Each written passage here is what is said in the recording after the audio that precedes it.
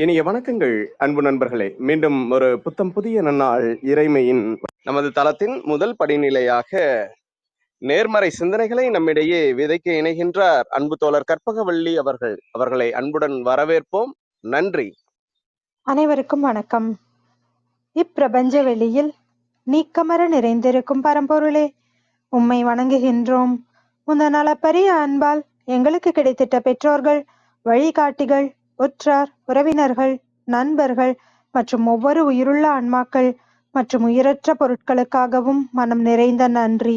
உந்தன் அபரிமிதமான படைப்பால் இப்பூவுலகு உந்தன் எழில் நிறைந்த இயற்கையாலும் நிறை வளங்களாலும் நீடித்த நலங்களாலும் ஆகச்சிறந்த நேர்மறை எண்ணங்களாலும் இவ்வுன்னத உலகிலும் எங்கள் உயிர் துடிப்புள்ள உள்ளங்களிலும் நீக்கமர நிறைந்துள்ளது.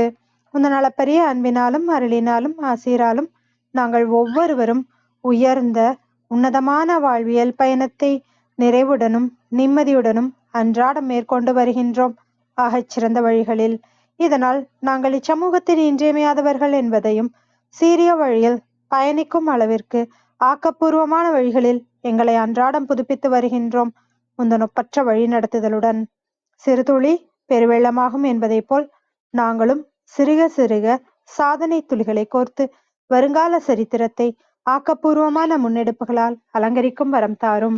அனைவருக்கும் நன்றி, அனைத்திற்கும் நன்றி, ஆண்டவனுக்கும் நன்றி. நன்றி நன்றிங்க அன்பு தோழர். நமது நிகழ்வின் அடுத்த படிநிலையாக நாம் ஒரு நிமிட தியானத்திற்குள் பயணிக்க இருக்கின்றோம். கண்களை மெலிதாக மூடிக்கொள்வோம், கரங்களை கோர்த்து கொள்வோம். இப்பிரபஞ்ச பெருவெளியில் உள்ள இறைமைக்கு மனதார நன்றி பகிர கிடைத்த மற்றும் ஒரு அற்புதமான நன்னாள் இது.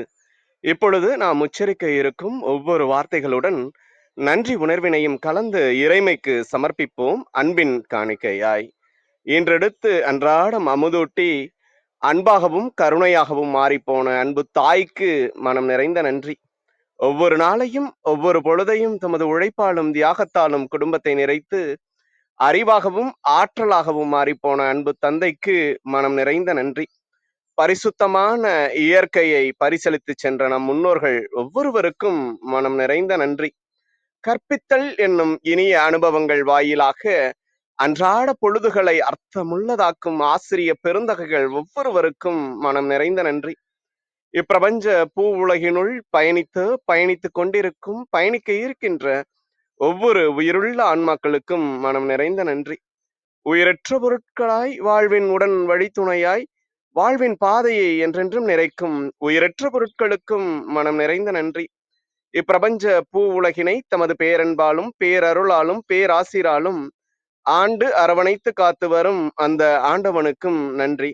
இப்பொழுது நமது சுவாசத்தின் ஓசையில் அது பயணிக்கும் பாதைகளில் நாமும் ஒரு நிமிடம் இணைந்து பயணிப்போம், நம் மூச்சின் சுவாசத்தினை சீர்மைப்படுத்தியவர்களாய்.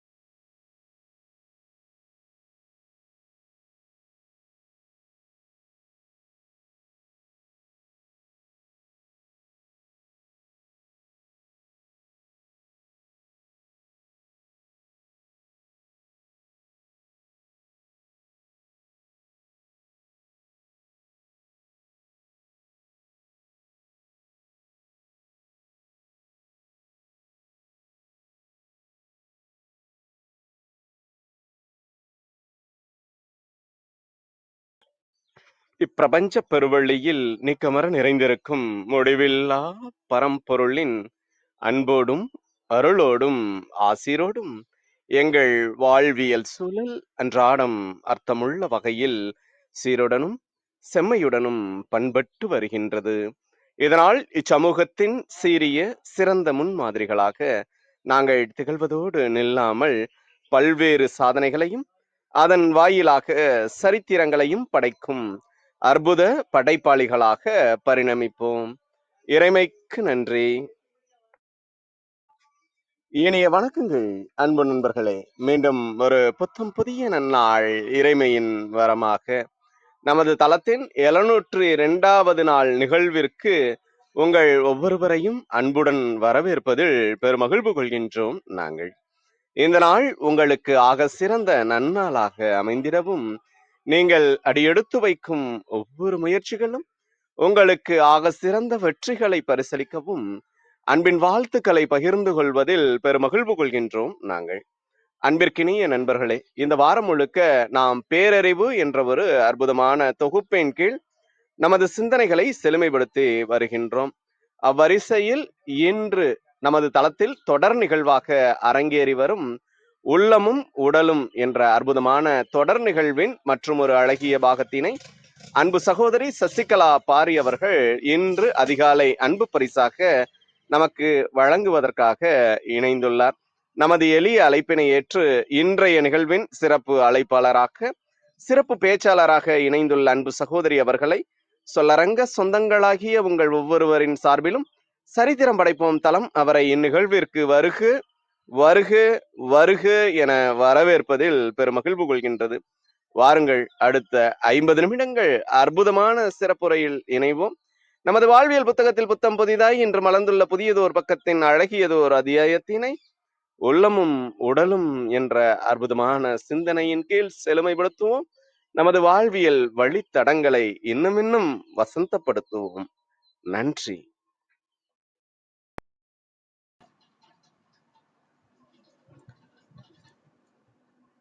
அனைவருக்கும் காலை வணக்கம். வாழ்க வையகம், வாழ்க வையகம், வாழ்க வளமுடன். சரித்திரம் படைப்போம் தளத்துக்கு நன்றி, அவர்களுடைய கூட்டு உழைப்புக்கு நன்றி. உள்ளமும் உடலும் என்ற தலைப்புல தொடர் சிந்தனை செய்துட்டு இருக்கோம். இன்று வார தலைப்பு பேரறிவு. அதோட சேர்ந்து தன்னை அறிதல் அப்படிங்கிற தலைப்பை பற்றியும் இன்றைய சிந்தனை செய்ய போறோம். முதல்ல பேரறிவு அப்படிங்கறத பத்தி மகரிஷி என்ன சொல்லியிருக்காங்க அப்படிங்கறத சிந்தனை செய்துட்டு தொடர்ந்து தன்னை அறிதல் பற்றின சிந்தனை செய்வோம்.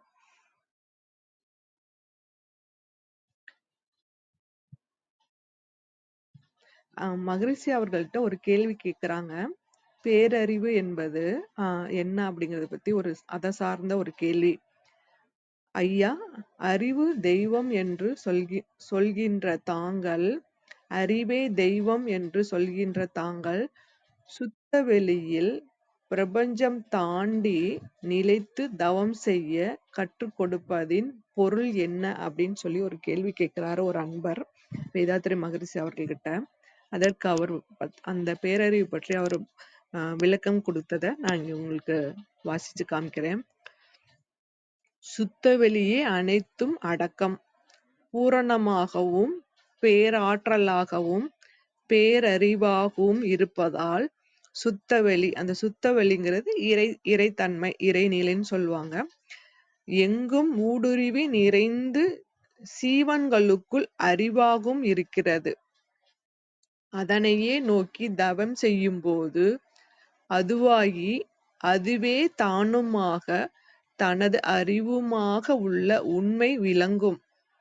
அதுவானால் அதுவே சொல்லும் அப்படின்னு வேதாத்திரிய அன்பர்கள் சொல்றது இந்த பொருள் சார்ந்துதான்.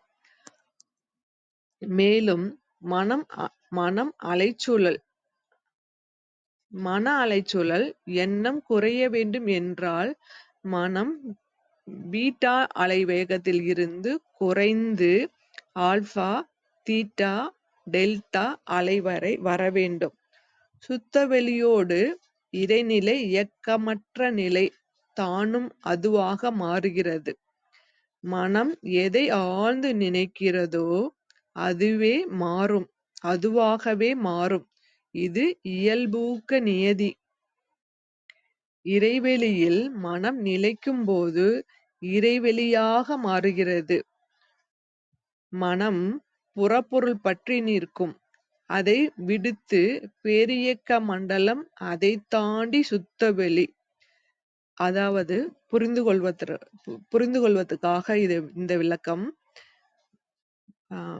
நம்மளோட இந்த பூ உலகம் பூமி, அதை கடந்து சென்றால் சூரிய குடும்பம், சூரியனை சுத்தி இருக்கிற கோள்கள், அதுல ஒன்று சிறிய அளவு உள்ள பூமி. அதை தாண்டி பால்வெளி மண்டலம், பால்வெளி மண்டலத்துல சூரிய குடும்பம் ஒரு சிறிய அளவு. பால்வெளி மண்டலத்தை தாண்டி போகும்போது இந்த பிரபஞ்சத்துல பால்வெளி மண்டலம்ங்கிறது ஒரு அண்டம், அது ஒரு சிறிய பகுதி. பிரபஞ்சத்தை கடந்த நிலை தாண்டி சுத்தவெளி. இந்த சுத்தவெளி அப்படிங்கிறது இறைநிலை, மெய்ப்பொருள், பேரறிவு நிலை அப்படின்னு சொல்லி இதற்கு வேறு வேறு நிறைய பெயர்கள் உண்டு. இந்த அளவுக்கு மனதை விரித்து தவம் இயற்றும் பொழுது மனதுக்கு தூய்மையும் வினைக்கு தூய்மையும் கிடைக்கின்றன. இதுதான் பேரறிவு அப்படிங்கிறது. இது நான் ஏன் வாசிச்சு காமிச்சேன், நம்மளே சொல்லி இருந்திருக்கலாம். மகரிஷி எப்போதுமே ஒரு வார்த்தைகள் அழகா புகுத்துவாங்க. அதை மாற்ற வேண்டாம் அப்படிங்கிறதுக்காக தான் அவங்க சொன்ன பதில்கள்ல அதை அப்படியே நான் உங்களுக்கு வாசிச்சு காமிச்சேன். பேரறிவு அப்படிங்கிறது இன்னைக்கு எனக்கு இந்த தலைப்பு கொடுத்தப்ப ரொம்ப இந்த வார தலைப்பு ரொம்ப பிடிச்சதாகவும் இருந்தது. மகரிஷி சொன்ன அந்த பேரறிவு தன்மையை பத்தி இன்னைக்கு நமக்கு பேச வாய்ப்பாக அப்படின்னு. இந்த பேரறிவுங்கிறது இறையதான் மகரிஷி பேரறிவுன்னு சொல்றாங்க. அந்த இறைய மெய்ப்பொருளை என்னுமே மாறாத அந்த மெய்ப்பொருள் பற்றிய உள்ளதுதான் பேரறிவு நிலை. அது அறிவுன்னு சொல்லுவாங்க. பேரறிவுங்கிறது அது அறிவு அப்படின்னு சொல்லுவாங்க.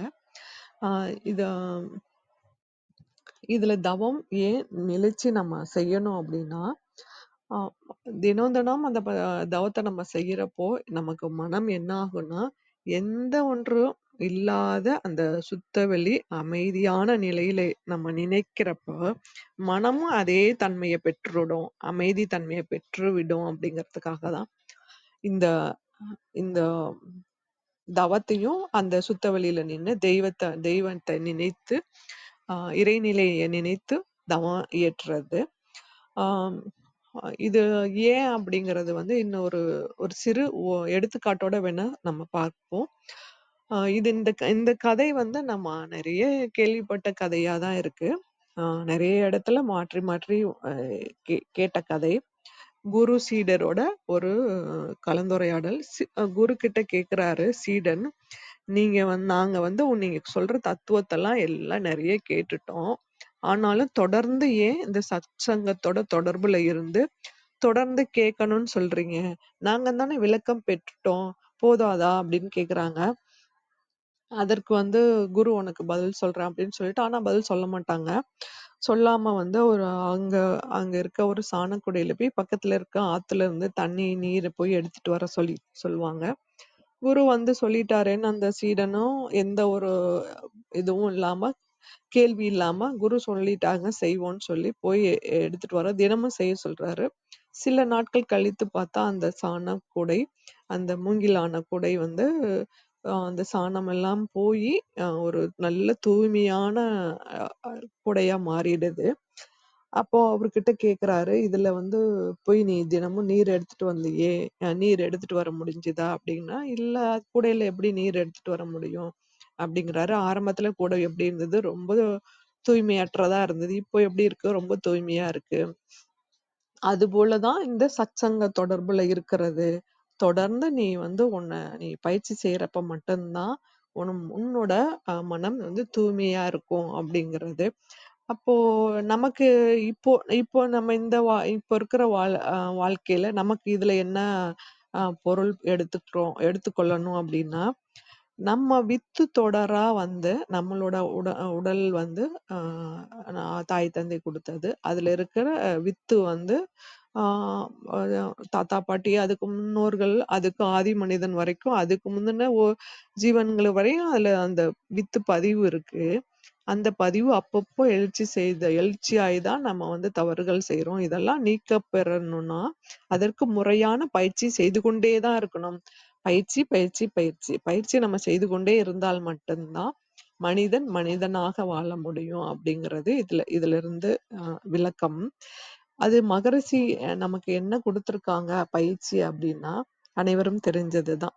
உடலுக்கு உடற்பயிற்சி, உயிருக்கு காயகல்ப பயிற்சி, மனதுக்கு தவமும் தற்சோதனையும். மனதுக்கு மட்டும் 2 தவத்தை மட்டும் செய்யறதுனால போதாது, தற்சோதனை வேணும் அப்படிங்கிறது நம்ம சித்தர்களே ஒரு சில சித்தர்கள்லாம் பாத்தீங்கன்னா ரொம்ப கோபமுடையவர்களா நம்ம வரலாறெல்லாம் படிச்சிருக்கோம். ஆஹ் ரொம்ப துர்வாச முனிவர்லாம் ரொம்ப கோவத்துல இருந்ததெல்லாம் காரணம் என்னன்னா அவங்க தவத்துல நல்லா சிறந்து விளங்கினாங்க. ஆனா தற்சோதனை நமக்கு தேவையில்லாத கழிவுகளை அப்பப்போ தற்சோதனை பண்ணி நீக்காததுனாலதான் அவர்கள் அந்த நிலையில இருந்தாங்க. அதனாலதான் தவமும் பிளஸ் தற்சோதனையும் மகரிஷி நமக்கு கொடுத்திருக்காங்க அப்படிங்கிறது. இந்த 3ம் உடற்பயிற்சி, காயகல்பம், தவம், தற்சோதனை எல்லாம் தொடர்ந்து பண்றதுனால இதுக்கு என்ன தொடர் பயிற்சியா மகரிஷி கொடுத்திருக்கிறதுனால இந்த வேதாத்திரிய பயிற்சி என்னன்னு சொல்லுவாங்கன்னா சாதனை மார்க்கம், போதனை மார்க்கம் இல்ல சாதனை மார்க்கம் அப்படிங்கிறது. இந்த தொடர் பயிற்சி அவசியமா அப்படின்னா நம்ம நம்ம கிரிக்கெட் பிளேயரை எடுத்துப்போம். நமக்கு அனைவருக்கும் தெரிஞ்ச சச்சின் டெண்டுல்கர். அவர் தினமும் காலையில 4 மணி 4:30க்கெல்லாம் எழுந்து பயிற்சி செய்வாங்க. இது நமக்கு தெரியும். அடுத்து எஸ்பிபி, நம்ம பாடகர் எஸ்பிபி, சித்ராமாலாம் ஒரு நாளைக்கு இத்தனை மணி நேரம் அப்படின்னு சொல்றாங்க. 3 மணி நேரம் சொல்றாங்க. ஒரு சில நல்ல பாடல்லாம் பாடணும் அப்படின்னா அதுக்கு ஒரு முன் தயாரிப்பா 7 மணி நேரம்லாம் அமர்ந்து சாதகம் பண்ணுவாங்களாம் குரல்ல வளம் பண்றதுக்கு.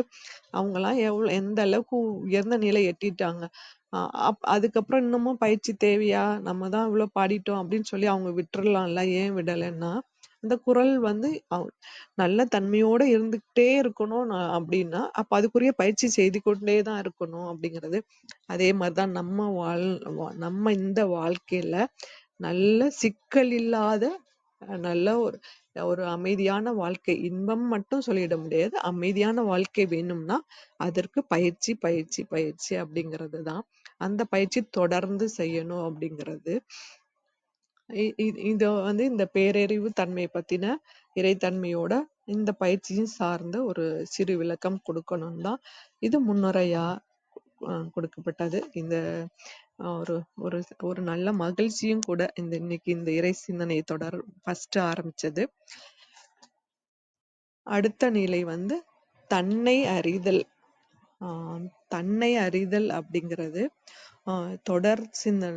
தொடர்ந்து நம்ம அந்த உடல் சார்ந்த சிந்தனை செய்துட்டு இருக்கோம். உடலும் மனமும் சார்ந்து அதுல உள்ளம் சார்ந்த இப்ப சிந்தனையில தவம் தற்சோதனை பார்த்துக்கோம். தற்சோதனைங்கிறது தன்னை அகத்தாய்வு, தன்னையே ஆய்வு செஞ்சு தேவையில்லாத நீக்கம் செய்யற பயிற்சி முறை இது. அதுல 5 பயிற்சிகள்ல இது நம்ம இன்னைக்கு தற்சோதனை யாருங்கிற தலைப்பு 5வது தலைப்பு. இது ஒரு சிந்தனை பெரிய அளவுல சிந்தனை செய்யக்கூடிய தலைப்பு. ஆனா நம்ம வாழ்வில் அன்றாடம் கடைபிடிக்கிற எளிய பயிற்சி முறையா மகரிஷி என்ன சொல்லியிருக்காங்களோ அதைதான் இன்னைக்கு சிந்தனை செய்ய போறோம். 5 தலைப்பு சொல்லியிருக்கோம் ஏற்கனவே. எண்ணம் ஆராய்தல், ஆசை சீரமைத்தல், சினம் தவிர்த்தல், கவலை ஒழித்தல். இதெல்லாம் கொஞ்சம் சிந்தனை செய்து நம்ம தேவையில்லாததெல்லாம் ஒரு கழிவு அப்படியே கொஞ்சம் கொஞ்சமா நீக்கம் செய்துட்டு ஒரு நல்ல தன்மைக்கு இப்ப நம்ம வந்திருப்போம். அதனால அதோட நம்ம நான் யாருன்னு நம்ம சிந்தனை செய்யறப்ப மட்டும்தான் நமக்கு அது ஓரளவுக்கு விளக்கம் கிடைக்கும் அப்படிங்கிறது மகரிஷியோட கருத்து. அதனாலதான் ஃபர்ஸ்ட் கொஞ்சம் கொஞ்சமா ஃபில்டர் பண்ணி ஃபர்ஸ்ட் எண்ணத்துல கொஞ்சம் தூய்மை செய்துடுறோம். அதை தாண்டி வர ஆசைகளை அதையும் கொஞ்சம் தூய்மை செய்கிறோம். ஆசையே வேணான்னு மகரிஷி சொல்ல, ஆசைய முன்னேற்ற சிந்தனையுள்ள ஆசைகள் தேவை. அது வாழ்வில முன்னேற்றப்படுத்தும். அதை சீரமைச்சுக்கணும்னு சொல்லுவாங்க. அப்புறம் சினம் தவிர்த்தல். சினத்தினால எப்போதுமே ஒரு நல்லது நடக்காது. அதனால சினத்தை தவிர்த்து அதிலே அடுத்த நிலை சினத்தை தவிர்த்து வாழணும். அடுத்தது கவலை ஒழித்தல். கவலைங்கிறத நம்ம ஆற்றல் எல்லாம் விரயம் பண்ணிடும். அப்புறம் ஆற்றலே இல்லாதப்ப நமக்கு நல்ல சிந்தனைகள் வருமா அப்படின்னா வராது. அதெல்லாம் கொஞ்சம் அப்படியே ஃபில்டர் பண்ணி நம்ம வரப்போ, வடிகட்டி வரப்போ, நமக்கு ஒரு நல்ல தன்மை நிலைக்கு வந்ததையும், நல்ல தன்மை வந்தாதான் தன்னை அறிதல் நிலையே நமக்கு வரும். அதனாலதான் இறுதியா வந்து தன்னை அறிதல், நான் யாருங்கிற அந்த தத்துவ விளக்கத்தை மகரிஷி வச்சிருக்காங்க. இது வந்து தன்னை அறிதல், தன்னிலை விளக்கம், தன்னுணர்வு நிலை, நான் யார் அப்படின்னு அனைத்துமே ஒரே பொருள் தான். இது வந்து தன்னை மேம்படுத்திக்கிற ஒரு தன்மை உள்ள இந்த விளக்கம் அது. இந்த தன்னை அறிதல்ங்கிற நிலை வந்து நம்மளோட அந்த 6வது அறிவின் பண்பட்ட நிலையில தான் நம்ம தன்னை அறிஞ்சுக்க முடியும். அதனாலதான் ஒவ்வொரு படியா நம்ம அடுத்த நிலைக்கு வந்திருக்கோம் அப்படிங்கிறது. இதுல வந்து ஒரு 5 விதமான படிகள் சொல்லியிருக்காங்க. இது அந்த 5ஐயும் ஒரு சிறு விளக்கத்துல பார்ப்போம். 5 படிகள் என்னென்ன அப்படின்னா, தேவை உணர்வு, முயற்சி, அனுபோகம், இன்ப துன்ப அனுபவம். அடுத்தது வந்து சிந்தனை, 4வது சிந்தனை, 5வது ஆராய்ச்சி. தேவை உணர்வு முதல் 2 முயற்சி, 3வது அனுபோகம், இன்ப துன்ப அனுபவம், சிந்தனை, ஆராய்ச்சி. இது ஒரு சிறு விளக்கம். பசி எடுக்குது, உடனே நம்ம என்ன பண்றோம்? அது வந்து உனக்கு தேவையான ஒரு உணர்வு, அதை சீர் செய்யணும். அதை சீர் செய்யறதுக்கு என்ன பண்ணுவோம்? ஒரு முயற்சி எடுத்து ஒரு உணவை நம்ம உட்கொள்றோம், அது வந்து முயற்சி. அடுத்தது அனுபோகம், அதை உண்ணும் போது ஒரு அனுபவம் பெறுறோம், அனுபவிக்கிறோம். அதுல இருந்து இன்பமாவோ துன்பமாவோ ஒரு அனுபவம் பெறுறோம். இது வந்து 3 நிலை. நம்ம ஆதி மனிதன்ல இருந்து நம்ம இன்று வரையிலும் இந்த 3ஐயும் சிறப்பா செய்திடுறோம். எதுன்னா, தேவை உணர்வு எழுது, அதுல முயற்சி செய்து உணவை உட்கொள்றோம், அனுபவிக்கிறோம், இன்ப துன்ப அனுபவத்தை பெறுறோம். இந்த நிலை வந்து சராசரியான நிலை ஆதி மனிதன்ல இருந்து இன்று வரையிலும். இப்ப நம்ம ஆதி மனிதனுக்கே நம்ம போவோம். அவங்க வந்து என்னன்னா அவங்களுக்கு பசி எடுத்தா உணவு வந்து ஏதாவது ஒரு விதத்துல தேடி எடுத்து காடுகள்ல, அவங்க அப்போ வாழ்ந்தது எப்படின்னா காடுகள்ல தானே வாழ்ந்தாங்க. அதுல அங்க கிடைக்கிற உணவை ஏதாவது ஒரு விதத்துல எடுத்து அதை முயற்சி செய்து சாப்பிட்டு முடிச்சிடுறாங்க.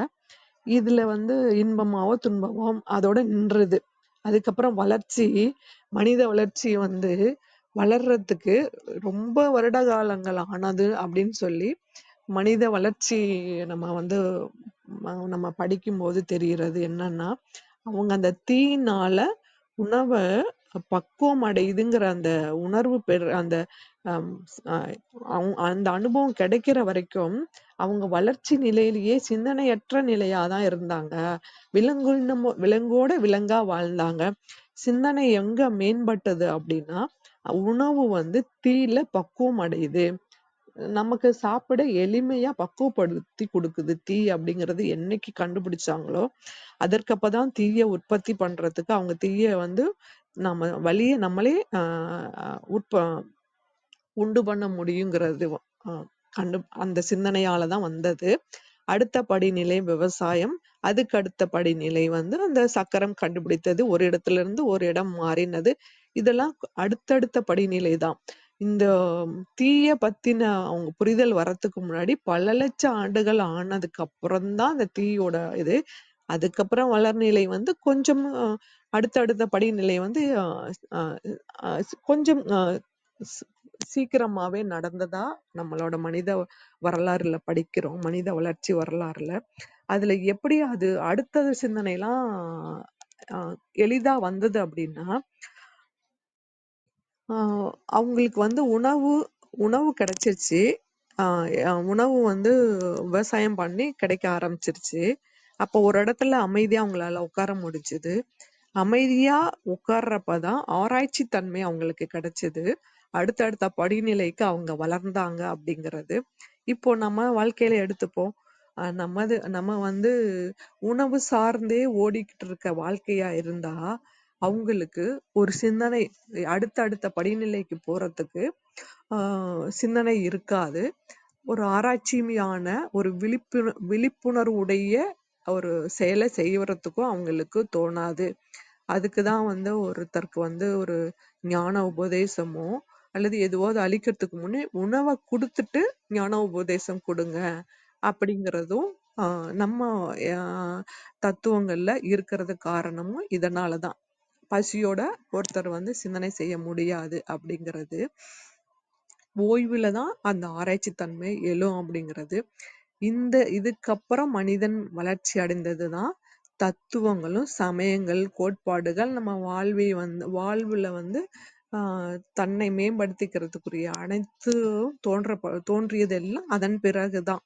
அப்ப அதனால பேசிக் தெரிஞ்சுக்கணும் அப்படிங்கிறதுக்காக தான் இந்த 5 படிநிலைகளை மகரிஷி கொடுத்திருக்காங்க. அதை பத்தின புரிதலோட அடுத்த நிலைக்கு போவோம். இந்த சிந்தனை திறன் வளர ஆரம்பிச்சதுக்கு அப்புறம் 4வது படிநிலை சிந்தனை திறன் வளர்ந்ததுக்கு அப்புறம் வளர்ச்சி அனைவருக்கும் சமமா வளர்ந்ததா என்ன? இல்ல, அனைவருக்கும் சமமா வளரல. நல்லா வளர்ந்த மக்கள் தத்துவங்களாவும் சமய கோட்பாடுகளாவும் மக்களுக்கு கொடுத்து தன்னையும் மேம்படுத்தி பிறரையும் மேம்படுத்த வந்ததுதான் இந்த மாதிரி தத்துவங்கள் எல்லாம். இப்போ இருக்க வாழ்வியல்ல கூட அவங்க எல்லாம் வடிவமைச்சு கொடுத்ததுதான் நம்ம பின்பற்றி இந்த நிலைக்கு வந்திருக்கோம் அப்படிங்கிறது.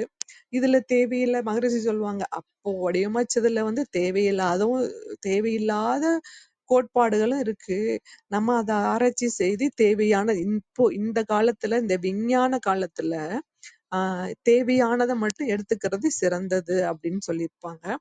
அந்த இன்னொரு விளக்கம் திருமூலர் கொடுத்தது, தன்னை அறிய தனக்கொரு கேடில்லை, தன்னை அறியாமல் தானே கெடுகிறான் அப்படிங்கிறது. தன்னை அறிய தனக்கு ஒரு கேடு இல்லை. அது என்னன்னா, நம்ம புரிஞ்சுக்கிறப்போ நமக்கு ஒரு எந்த துன்பமும் இல்லை, தன்னை அறியாமலே தான் கெடுறான் அப்படிங்கிறது திருமூலர்ல திருமந்திர வாசகம். அடுத்தது பட்டினத்தார் அவர்களும் சித்தர் சொல்லியிருக்கிறது என்னன்னா, என்னையே நான் அறிய இருவினையும் ஈடழித்து அப்படின்னு சொல்லியிருப்பாங்க. இவங்க 2 பேரும் எதை பொருள்ல சொல்றாங்க அப்படின்னா, தன்னை அறிதல்னா எனக்கு எனக்கு என்னை அறிஞ்சுக்கிறது அப்படின்னா, எனக்கு இந்த உணவு பிடிக்கும், இந்த உடை பிடிக்கும், இந்த மாதிரி செயல் நடந்தா பிடிக்கும் அப்படிங்கிறதா அப்படின்னா இது நேரடியான பொருள் இது இல்ல. அவர்கள் கூறுற பொருள் என்ன அப்படின்னா, இந்த நம்ம உடம்பு, இந்த உடம்புக்குள்ள இருக்கிற நம்ம உடம்புக்குள்ள இருக்கிற அந்த அகநோக்கு பயிற்சி அகமா நம்ம உள்ள நோக்கி பாக்குறப்ப என்ன ஆகுது, என்ன நம்ம உள்முகமா பாக்குறப்ப என்ன நிகழுதுன்னா, நம்ம மூலம் எதன் மூலம் நம்ம வந்திருக்கோம், இறைத்தன்மையோட இருக்குது. நம்ம அந்த உள்ள இருக்கிற ஆன்மா அப்படிங்கிறத அகமுகமா உள்ள நோக்கி பாக்குற அந்த தன்மையதான் அவங்க சொல்றாங்க. நம்ம தோற்றம் எதுல இருந்து வந்தோம், இறையிலிருந்து வந்தோம் அப்படிங்கிறது. அதை தெரிஞ்சுக்கிட்டா நமக்கு கேடு இல்லை. அதை தெரிஞ்சுக்காம அப்படின்னு நான்கிற அந்த உணர்வுல நம்ம எழுச்சி பெறதுதான் நமக்கு கேடு அப்படிங்கிறது. அது பட்டினத்தாரும் அதே தான் சொல்றாங்க, என்னை நான் அறிய இருவினையும் ஈடழித்து அப்படின்னா, இருவினை அப்படிங்கிறது இங்க என்ன பொருள் அப்படின்னா, இந்த பிறவி எடுத்ததுக்கு அப்புறம் செய்த வினைகள் எல்லாமும் ஒரு பதிவா நம்ம பெற்று இருப்போம். நமக்கு முன்னோர்கள் கொடுத்த பதிவை சஞ்சிதமாம் அப்படின்னு சொல்லி சஞ்சித கர்மமா நம்மளோட ஜீன்ல பதிவு பெற்றிருக்கோம். அதுவும் சேர்ந்து நம்ம எப்படி அழிக்க முடியும் அப்படின்னா, நம்ம தவத்திலையும் அதை சார்ந்து தற்சோதனையிலையும் தான் அதை நம்ம நீக்கி கொள்ள முடியும் அப்படிங்கிறது. அப்ப தொடர் தவமும் தொடர் தற்சோதனையும் நம்ம செய்யதான் நம்ம மனமும் நம்ம வினைப்பதிவும் நீங்கி தூய்மை அடைய முடியும் அப்படிங்கிறது. இதுல விஞ்ஞான பார்வை கொண்டு பார்த்தாலும் இந்த தூய்மையை தான் நம்ம புரிஞ்சிக்க முடியும். மெய்ஞானம் கொண்டு பார்த்தாலும் இதைதான் புரிஞ்சிக்க முடியும். முதல் விஞ்ஞான பார்வை பார்ப்போம். இந்த உடம்புக்குள்ள இந்த உடம்பு எதனால் ஆனது? செல்களின் தொகுப்பு தான் நம் உடம்பு. இந்த செல்களை எடுத்து பார்த்தா என்னது, இது அணுக்களின் கூட்டு, அணுக்களின் தொகுப்பு தான். அப்ப விஞ்ஞானம் என்ன சொல்லுது, நமக்கு அணுக்களால் ஆனதுதான் அப்படிங்கிறது. மெய்ஞானம் பார்ப்போம். மெய்ஞானத்துல என்ன, மனிதன், இந்த மனிதன் இந்த உடம்பு கொடுத்தது தாய் தந்தை. தாய் தந்தையோருக்கு முன்னாடி பாட்டி தாத்தா, அதற்கு முன்னாடி பார்த்தா ஆதி மனிதன். அதற்கு கொஞ்சம் முன்னோக்கி பார்த்தா, இன்னும் மேல் நோக்கி பார்த்தா ஆதி மனிதன் 5 அறிவுல இருந்து அப்படியே குறைஞ்சு குறைஞ்சு ஓரறிவு. அந்த ஓரறிவு எதனால வந்தது, பஞ்சபூதங்களின் சரிவிகிதத்துல வந்ததுதான் அந்த ஓரறிவு. பஞ்சபூதங்கள் எதனால வந்து பல மூலகங்கள், அதுக்கு முன்னாடி அதந்த மூலகங்களை பிரிச்சு பார்த்தா விண்ணுங்கிறது உயிர், அது இயக்கம் பெற்றது. அதையும் பிரிச்சு பார்த்தா, அந்த இயக்கத்தையும் பிரிச்சு பார்த்தா அந்த இறை, அந்த இயக்கமற்ற அந்த இறைதான் இத்தனை தன்மாற்றம் அடைஞ்சு இறுதியா மனிதனாவும் வந்திருக்குது அப்படிங்கிறது. அப்போ விஞ்ஞானத்தை கொண்டு பார்த்து ஆராய்ஞ்சு பார்த்தாலும் நம்ம அந்த இறையை நோக்கியதான் இறுதியா இருக்கு. இறையாற்றல தன்மையை தான் சொல்லுது. மெய்ஞானத்தை கொண்டு பார்த்தாலும் அந்த இறுதியா என்ன சொல்லுதுன்னா, ஆஹ் இறுதியா இந்த இறைத்தன்மையை பற்றினதா தான் இருக்கு. அப்ப என்ன, எந்த ஒன்றுலயும் என்ன இருக்கு, இறைதான் இருக்கு. நம்மளும் இறைதான் இருக்கு, நம்மை சுற்றியே இருக்க பொருட்கள்லயும் இறைதான் இருக்கு, மரம் செடிகள்லயும் இறைத்தன்மை தான் இருக்கு, ஜட பொருள்லயும் இறைத்தன்மை தான் இருக்கு. அதை பிரிச்சு பிரிச்சு பகுத்து பார்த்தா என்ன ஆகுது, கடைசியா அந்த இறை நிலையே மத்த எல்லாமுமா மாறி இருக்கு அப்படிங்கிறத நம்ம உணர்வுக்கு. இதை சாதாரண நிலையில சிந்தனை செய்ய முடியுமா அப்படின்னா சிந்தனை செய்ய முடியாது. தகுந்த குருமார் கொண்டு சிந்தனை பயிற்சி பெற்று அதை சார்ந்த சிந்தனை செய்யறப்போ இன்னமும் எளிதா இருக்கும் அப்படிங்கிறதுதான் மகரிஷியோட கர்த்தாவும் இருக்கு, நம்ம குருமாரோட கர்த்தாவும் இருக்கு. இதுல ஓசோ நான் யாருங்கிற தத்துவத்தை நம்ம சிறப்பா சொல்லணும்னா ரமண மகரிஷி தான் நம்ம நான் யார் தத்துவத்துக்கு சிறப்பா நம்ம சொல்லுவோம். அதுல அவர் என்ன சொல்றாங்க அப்படின்னா, நம்ம இந்த உடலை கொண்டு பாக்குறப்ப உடலா உயிரா மனமா அப்படின்னு உள்ள நம்ம அகமுகமா நோக்கி நோக்கி நம்ம அதை பாக்குறப்ப கடைசியில என்னமா அது முடிவா தெரியுதுன்னா அது இறைதான் தானாகவும் அனைத்துமாகவும் இருக்கு அப்படிங்கிறது. இது ரமண மகரிஷியோட கருத்து. அடுத்தது ஓசோ அவர்கள் சொல்றது என்னன்னா, தன்னை அறிதல் என்பது ஒரு முரணான சொல் அப்படிங்கிறது. தன்னை அறிதல்னு முரணான சொல். தன்னை அறியும் போது தான் என்ற உணர்வும் போய்விடும், தான் என்பது அழிந்து போகும் அப்படின்னு சொல்றாங்க. நம்ம தன்னை ஆராய்ச்சி பாக்குறப்ப கடைசியில இறைதான் எல்லாம் அப்படிங்கிற எண்ணம் வரப்போ அங்க நான்கிற எண்ணமே இல்லாம அனைத்துமே இறை அப்படிங்கிற எண்ணம் வந்துடுது அப்படின்னு ஓசோ அவர்களும் சொல்றாங்க. அடுத்தது இது நான்கிற அந்த உணர்வு அழியிறப்ப நமக்கு என்ன ஒரு தன்மை கிடைக்குதுன்னா, நம்மள இருக்கிறதுதான் மற்றத்துலயும் இருக்கு. அதுக்கப்புறம் தான் இந்த அன்பும் கருணையும் மலருது அப்படிங்கிறது. இந்த அன்பும் கருணை மலர மலரதான் நம்ம அடுத்த படிநிலையா நம்ம அடுத்து உதவி செய்யறப்போ எந்த பிரதிபலனும் இல்லாம உதவியும் நம்மளால செய்ய முடியுது அப்படிங்கிறது. அதுக்காக தான் இத்தனை விதமான பயிற்சிகளும் சிந்தனைகளும் நம்ம தொடர்ந்து சிந்தனை செய்யறோம்.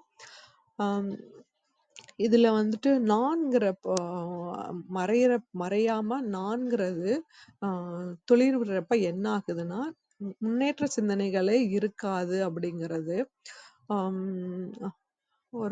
அதுவும் அந்த வெற்றி ஒரு ஒரு ஒரு ஒரு படிநிலையில ஒரு வெற்றி நம்ம கிடைக்கிறப்போ அந்த வெற்றி நம்மளோட சிந்தனைய பக்குவப்படுத்துதாங்கிறத பார்க்கணும் அப்படிங்கறது சொல்லுவாங்க. சத்யராஜ் ஒரு படத்துல அந்த அமைதிப்படை அப்படிங்கறது நினைக்கிறேன் அந்த படம். அதுல அவரு நாகராஜ சோழனா என்னவோ அந்த கேரக்டரா பேரா இருக்கும். அவர் ஒரு எம்எல்ஏ அது என்ன பொசிஷன்ங்கிறத மறந்துருச்சு. அவரு கட்சியில நின்னு ஜெயிப்பாரு, போட்டியில நின்னு ஜெயிப்பாரு. ஜெயிக்கிறப்ப அவர்கள் ஓட்டு எண்ணிக்கை வரும். ஒவ்வொரு படிநிலையிலையும் ஒவ்வொரு எண்ணிக்கை சொல்றப்ப அவரு அப்படியே மாற்றம் தர மாதிரி அந்த காட்சிகள் வரும். அப்படியே அவர் நான்கிறது எழுச்சி பெற்றா எந்தெந்த தீமைகள் விளையும் அப்படிங்கிறது அந்த படத்தை அந்த காட்சி வந்து நம்ம இன்னும் எளிதா புரிந்திக்க இந்த சிந்தனை செய்யறப்ப அது அந்த எண்ணம் வந்தது. கொஞ்சம் ஓட்டு அதிகமா இருக்கிறப்ப கொஞ்சம் அப்படியே வந்து அவர் நின்றுட்டு இருந்தவர் ஒரு மாதிரி அப்படி நிமிர்ந்து நிக்கிற மாதிரியும், அப்புறம் சேர்ல உட்காந்து கால் மேல கால் போடுற மாதிரியும் அடுத்தடுத்த நிலையில காமிப்பாங்க. இது வந்து ஒரு நான்கிறது எழுச்சி பெறப்ப எவ்வளவு தீமையான செயல்கள் நம்மளுக்கு எழுச்சி பெறும் அப்படிங்கிறது. அப்ப நான்கிறது அடங்குறப்ப நான் செய்யறேங்கிறது நம்ம இல்லாம இறைதான் நம்ம செய்ய வைக்கிறாங்க அப்படிங்கிற ஒரு பக்குவ நிலைக்கு நம்ம வர்றப்போ நம்மளுக்கு மேலும் மேலும் வந்து ஒரு திரும்ப சொல்றதுதான் அன்பும் கருணையும் அப்படிங்கிற அந்த தன்மை மேலும் மேலும் வளர்ச்சி பெறும் அப்படிங்கிறது. இது வந்து எப்படின்னா அந்த நான் இழக்கிறப்ப என்ன ஆகுதுன்னா விலங்கினத்திலிருந்து வந்த வித்துல வந்த பதிவுகள் எல்லாம் நீங்குது அப்படின்னு சொல்றாங்க. விலங்கின பதிவுல இருந்து என்ன வித்து அப்படிங்கிறது அப்படின்னா அந்த வித்துல என்ன நீங்குது அப்படின்னா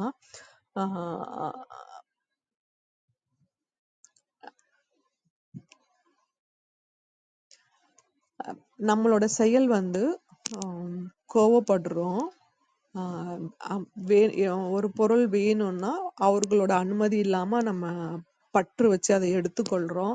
இதெல்லாம் வந்து விலங்கினம் எப்படி விலங்கு வந்து அதுக்கு உணவு வேணும்னா போய் அடுத்த விலங்கினத்தை அடித்து உணவா உட்கொள்ளுதோ அது மாதிரி நமக்கு அந்த பதிவுலாம் நம்ம கிட்ட இருக்கு. அடிக்கிறது, கிள்ளுறது, அதை வந்து துன்புறுத்துறது இதெல்லாமே விலங்கின பதிவு. இது வந்து நம்ம அந்த தன்னை அறியறப்ப பக்குவ நிலை அடையிறப்போ இதெல்லாம் நீக்கம் பெறுது. மனிதன் ஈக்குவல் டு தெய்வம் பிளஸ் களங்கம். களங்கம்ங்கிறது இந்த விலங்கின பதிவு. இந்த களங்கத்தை நீக்கிட்டா நம்ம தெய்வமாவே மாறிடுவோம் அப்படிங்கிறது. மனிதன் ஈக்குவல் டு தெய்வம் பிளஸ் களங்கம் அப்படிங்கிறது. களங்கம் நீக்க பெற வேணும் அப்படிங்கிறது. சரி, நம்ம இதை வந்து நீங்க இவ்வளோ விளக்கம் சொல்லிட்டீங்க. மகரிஷிகிட்ட ஒரு கேள்வி கேட்குறாங்க. இவ்வளோ விளக்கமெல்லாம் சொல்றீங்க, நாங்க ஏற்றுக்கொள்கிறோம். இருந்தாலும் கடவுளோட செயலை எங்களால கண்ணுல நிரூபிக்க முடியுமா அப்படின்னு சொல்லி அவங்க கேள்வி கேட்குறாங்க. உடனே மகரிஷி வந்து எளிதாவே நிரூபிக்கலாமே அப்படின்னு சொல்லிட்டு நீங்க வந்து உங்களோட தேவைக்கு உணவை உட்கொள்றீங்க. உணவு வந்து நம்ம உடம்புல போய் 7 தாதுகளா மாறுது. அது வந்து ரசம், ரத்தம் நமக்கு தெரியும். இந்த 7 தாதுகள் அந்த எந்த ஒன்றையாவது நீங்க நிகழ்த்தி பாருங்களேன் அப்படின்னு சொல்லுவாங்க. எந்த ஒன்றாவது நீங்க நிகழ்த்த முடியுதா? நீங்க வந்து உணவை எடுத்து கையில எடுத்து உணவை மென்று உள்ள அனுப்புறது மட்டும்தான் நம்மளோட வேலையா இருக்கு. உள்ள போனதுக்கு அப்புறம் அங்க என்னென்னலாம் செயல் நடக்குதுன்னு நம்ம அறிவுக்கு எட்டுதா அப்படின்னா நம்ம வந்து விஞ்ஞான அறிவு கொண்டுதான் பாக்குறோம். ஆனா நம்ம உடம்புலயே நம்மளையெல்லாம் பார்த்து தெரிஞ்சுக்க முடியுதா அப்படின்னா நம்ம இல்ல, நம்மளால அது ஏதோ ஒன்றையும் செய்ய முடியாது. இது ஒன்றே போதும் கடவுளோட செயலுக்கு அப்படின்னு சொல்லியிருப்பாங்க. அதுவும் கொஞ்சம் கூட நீதி வலுவாது அது செயல்படுது அப்படிங்கறது விளக்கம் கொடுத்திருப்பாங்க. அப்புறம் மேலும் சொல்லியிருப்பாங்க, ஒரே ஒரு இப்பதான் இவ்வளோ வளர்ச்சி அடைஞ்சிட்டோம் நம்ம விஞ்ஞானத்துல. நம்ம பிறந்து சிறு பிள்ளையா இருக்கிறத விட இப்போ இருக்கிற இத்தனை வயதுல எத்தனை விஞ்ஞான வளர்ச்சியை பார்த்துட்டோம். நம்ம தான் வளர்ச்சி அடைஞ்சிருக்கோம்ல விஞ்ஞானத்துல. ஒரே ஒரு துளி ரத்தத்தையாவது நம்மளால உற்பத்தி பண்ண முடியுமா அப்படின்னா நம்மளால முடியாததுனாலதான் ஒரு உயிருக்கு ஆபத்தான நிலைன்னா கூட பிறரிடம் இருந்து ரத்தத்தை வேணும்னு கேட்டு பெற்றுதான் அதை செய்யறோம். இது உற்பத்தி செய்ய முடிஞ்சா எல்லாம் ஒரு ஃபேக்டரி வச்சு ஆரம்பிச்சிருப்பாங்கல்ல எல்லா ஒன்றுக்கும் அப்படிங்கிற சிந்தனை. இது வந்து இறை செயல். இதுல வந்து ஒரு துளி கூட ஒரு சின்ன ஒரு துளி ரத்தத்தை கூட நம்மளால உற்பத்தி செய்ய முடியாது அப்படிங்கிறது. இது ஒன்றே போதும் நம்ம இறையோட நிகழ்வை வந்து நம்ம உணர்ந்து கொள்வதற்கு அப்படிங்கிறது. அடுத்து அடுத்த படிநிலை வந்து இது இந்த தன்னை அறிதல் அடுத்த நிலை நம்ம வரப்போதான் இந்த அமைதித்தன்மை கிடைக்குது. அதுல வந்து வாழ்வின் நோக்கம் கேட்டிருப்பாங்க. மனித வாழ்வின் நோக்கம் என்ன அப்படின்னு. மனித வாழ்வின் நோக்கம் என்ன? நம்ம வந்து உன்னோட கோல் என்ன அப்படின்னு கேட்டா, நோக்கம் என்ன அப்படின்னா நம்ம என்ன சொல்வோம்? இந்த வாழ்நாள்ல இந்த உயர் கல்வியை பெறணும், இந்த அளவுக்கு வந்து செல்வத்தை சேர்த்திருக்கணும், தனது பிள்ளைகளை வந்து இந்த அளவுக்கு உயர்த்தி இருக்கணும், கல்வியிலேயோ அல்லது செல்வ வளத்திலேயோ உயர்த்தி. இதெல்லாம் வந்து நம்ம வாழ்வின் நோக்கமா சொல்லுவோம். இது இது வல்ல நம்ம மனித வாழ்வின் நோக்கம் அப்படிங்கிறது. மனித வாழ்வின் நோக்கம் என்ன அப்படின்னா, மனிதன் மனிதனாக வாழ்வதே ஒரு பெரிய செயல். அது எப்படின்னா, இந்த விலங்கின பதிவுகள்லாம் நீக்கி மனிதன் மனிதனாக வாழ்றது. அப்புறம் அடுத்த படிநிலை என்ன அப்படின்னா, இறையை உணர்வது. ஓரறிவுல இருந்து 6 அறிவு வந்தாச்சு, முழுமை அடைஞ்சிட்டோம். நம்ம முழுமை அடைஞ்சதுனாலதான் நமக்கு அப்புறம் இந்த 7வது அறிவோ இல்ல 8வது அறிவோ எந்த ஒன்று தோன்ற பெறல. ஏன்னா இங்க இந்த 6 அறிவு பெற்ற மனிதனே முழுமையான தன்மை உடையவனா இருக்கிறதுனால, அடுத்து என்னன்னா இறையில இருந்து தான் ஓரறிவு எல்லாம் வந்துச்சு. திருப்பி முழுமைன்னா என்ன? அந்த இறை நோக்கிய பயணம்தான் வேணும். அப்ப அதுதான் முழுமையான தன்மையை உடையது. அப்போ மனிதன் என்ன ஆகும்னா, இறைநிலையை உணர்ந்து முழுமை பேறு அடையிறது. முழுமை பேருன்னா என்ன? அந்த இறையாவே இறுதி நிலையில மாறுறது அப்படிங்கிறதுதான். அதற்கு இறையாவே மாறணும்னா தினம் தினம் இறைத்தன்மையை நினைக்கிறப்போ நம்மளோட இறுதி பயணமும் என்ன ஆகும்னா, எந்த ஒன்று நினைக்கிறப்போ அதுவாவே நம்ம மாறுவோம்ல. அப்ப இந்த மனிதன் பிறந்து இறுதியா அடையிற தன்மை என்னன்னா, அந்த இறைய முழுமையா இறைய உணர்ந்து அப்படியே இறையிலேயே நம்ம கலப்புறதுதான் அப்படிங்கிறதுதான் மனித பிறவியின் நோக்கம் அப்படிங்கிறது. ஆஹ் சரி, நீங்க ரெகுலரா பயிற்சி சொல்றீங்க, நாங்களும் பயிற்சி பண்றோம். ஆனா ஒரு நாள் வந்து நல்ல தன்மையா உயர்ந்த தன்மையா இருக்கு. ஆனா ஒரு சில நாள் பார்த்தா ரொம்ப சோர்வான தன்மை, ரொம்ப ஒரு நல்ல தன்மையில எங்களால பயணிக்க முடியல. அப்புறம் எங்க நாங்க இறை உணர்ந்து முழுமை பேர் அடைகிறது? ஏறினாலும் ஒரு ஸ்டெப் இறங்க தானே செய்யுது அப்படின்னு சொல்லி ஒரு ஒரு ஒருவர் கேள்வி ஒரு அன்பர் கேள்வி கேட்கிறப்ப அதுக்கு பதிலா என்ன சொல்றாங்க அப்படின்னா, மரம் மரம் தோப்பு, ஒரு நிறைய மரங்கள் உள்ள தோப்புன்னு வைத்துக்கொள்வோம். காத்தடிக்குது, அந்த மரங்கள் அசையுது. அந்த மரங்கள் அசைறப்ப நமக்கு இனிமை தன்மையா இருக்கு. ஏன்னா மேலாவா அசைறப்ப காத்து நல்லா இருக்கும், நமக்கு அது இனிமை தன்மையை கொடுக்குது. அதுவே நல்ல ஒரு புயல் காத்து அடிக்குது, மரம் வேகமா அலையுது. அதை பாக்குறப்ப நமக்கு என்ன தோணும்? இவ்வளோ வேகமா அலையுதே, புயல் அடிக்குது அப்படின்னு சொல்றோம். உடனே மரம் இவ்வளோ அசையுதே, புயல் நீ ஏன் அடிக்கிறேன்னு சொல்லி நம்ம அந்த புயல் கிட்ட கேக்குறோமா அப்படின்னா இல்ல. அதை எப்படி நம்ம எடுத்துக்கொள்றோம் அப்படின்னா, புயல் வந்து இயற்கையானது, அது எப்பவும் வர்றதுதான், அது இயற்கை தன்மை தான். அதனால மரம் அசையுது அப்படின்னு சொல்லி அந்த மாறுதலை ஏற்றுக்கொள்ற நம்ம மனதுல ஒரு நல்ல தன்மை வரப்போ ஏற்றுக்கொள்ள முடியுது. ஒரு நல்ல தன்மை இனிமை தன்மை இல்லாம ஆற்றல் குறைபாடு இருக்கப்ப நம்மளால ஏற்றுக்கொள்ள முடியல. ஏன் அதை ஏற்றுக்கொள்ளுற மனம் வந்து இதையும் ஏற்றுக்கொள்ளுங்க. ஏன்னா நம்ம கால மாற்றங்கள், ஒரு இயற்கை தன்மையில மாற்றங்கள் வரப்ப நம்ம உடல்லயும் மனதிலையும் மாற்றம் ஏற்படும். அப்போ அதையும் வந்து ஏற்றுக்கொள்ளுங்க அப்படின்னு சொல்லுவாங்க மகரிஷி.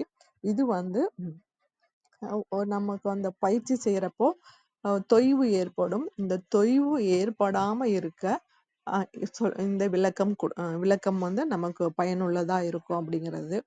அடுத்து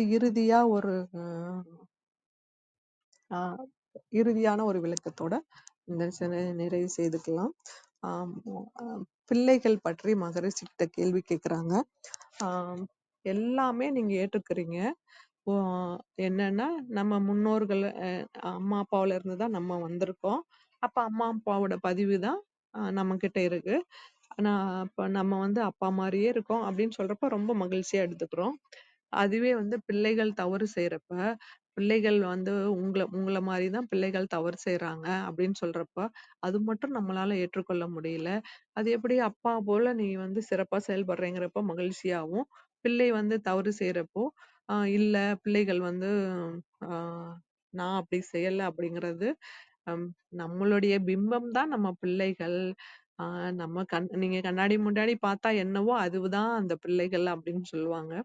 அப்போ அந்த பிள்ளைகளுக்கு சிறப்பான நல்ல செயல்கள் கொடுக்கணும் அப்படின்னா, நம்மள தான் தன்னை தான் மாற்றிக்கொள்ளணும், தன்னை தான் திருத்திக் கொள்ளணும் அப்படிங்கிறது ஆ இதுக்குரிய விளக்கமா, இறுதி கருத்தா இந்த சிந்தனைய நிறைவு செய்து கொள்கிறேன். இன்னொன்னும் சொல்லுவாங்க. இந்த அது சொந்த வீடு, வாடகை வீடுன்னு சொல்லி மகரிஷி விளக்கம் குடுப்பாங்க. சொந்த வீடு, வாடகை வீடு மாரி நம்ம செயல்படுறோம் அப்படிங்கிறது.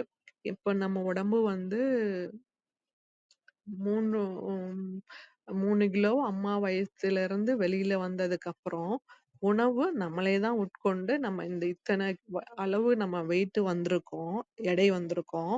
இது நம்மளே கட்டுன வீடு. ஆனா, அந்த நம்மளே கட்டுன வீட்ட வாடகை வீடு மாரி பயன்படுத்துறோம்.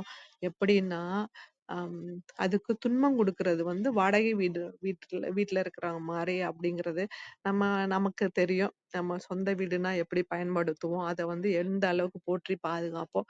அதே வாடகை வீடுன்னா, சரி பரவால்ல, இது ஒரு அப்படி இருந்தா பரவால்ல அப்படின்னு அது தூய்மைப்படுத்துறதுல கூட கொஞ்சம் நம்ம ஏற்றத்தாழ்வு காண்பிப்போம் அப்படிங்கிறது மகரிஷி விளக்கம் குடுத்திருப்பாங்க. அப்ப அந்த சொந்த வீடு எல்லா சூழ்நிலையிலயும் சொந்த வீடு மாரியே நம்ம இந்த உடலையும் வந்து நல்ல விதமா பராமரிக்கணுங்கிறதுக்காக இந்த விளக்கம் சொல்லியிருப்பாங்க. இப்போ உணவே உட்கொள்றோம். நமக்கு தெரியுது அதிகப்படியான உணவு உட்கொள்றப்ப துன்பம் வருது அப்படின்னு. ஆனா அந்த துன்பம் பத்துல நம்ம ஏற்கனவே பெற்றிருப்போம் அந்த அனுபவம். அந்த அனுபவத்த நம்ம கொண்டு நம்ம சரியா நடந்து கொள்றோமா அப்படின்னா, இல்ல. அந்த பொருள் மயக்கத்துல நம்ம அதிகமா உட்கொண்டுறோம் அந்த உணவோட பற்றுனால. இது வந்து ஒரு துன்ப நிலை தானே! இது வாடகை வீடு மாரி தானே பயன்படுத்திட்டோம் நம்ம உடம்ப. அப்ப சொந்த வீடு மாரி சிறப்பா செயல்படுத்தணும் அப்படிங்கிறது அ இறுதி கருத்தா கூறி, இன்றைய சிந்தனை வந்து சிறப்பாக இருந்திருக்கும் என்று எண்ணுகிறேன். தன்னை அறிதல் அப்படிங்கிறது அடுத்த படிநிலைக்கான ஒரு சிறப்பு சிந்தனை இது. இது இன்னும் நிறைய சிந்தனை இருக்கு. நிறைய குடுத்திருக்காங்க நம்ம முன்னோர்கள். திருமூலர்ல இருந்து ரமண மகரிஷியில இருந்து ஓசோ நீங்க எத்தனை சிந்தனைகள் எடுத்தாலும், எந்த தத்துவவாதிகள் குடுத்தாலும், இந்த கடைசியா தன்னை அறிதல் தத்துவம் இல்லாத ஒரு இதுவே இல்லைன்னு சொல்லலாம். அதை இன்றைக்கு சிந்தனை செய்ததுக்கு ஒரு வாய்ப்பு கிடைத்தமைக்கு நன்றி. சரித்திரம் படைப்பும் தளத்துக்கு நன்றி. ஆரோக்கிய புருட்டோ அவர்களுக்கு நன்றி. கற்பகாவுக்கு நன்றி. ரேவதிக்கு நன்றி. வேல் அவர்களுக்கு நன்றி. அனைவருக்கும் நன்றி நன்றி நன்றி. வாழ்க வளமுடன்.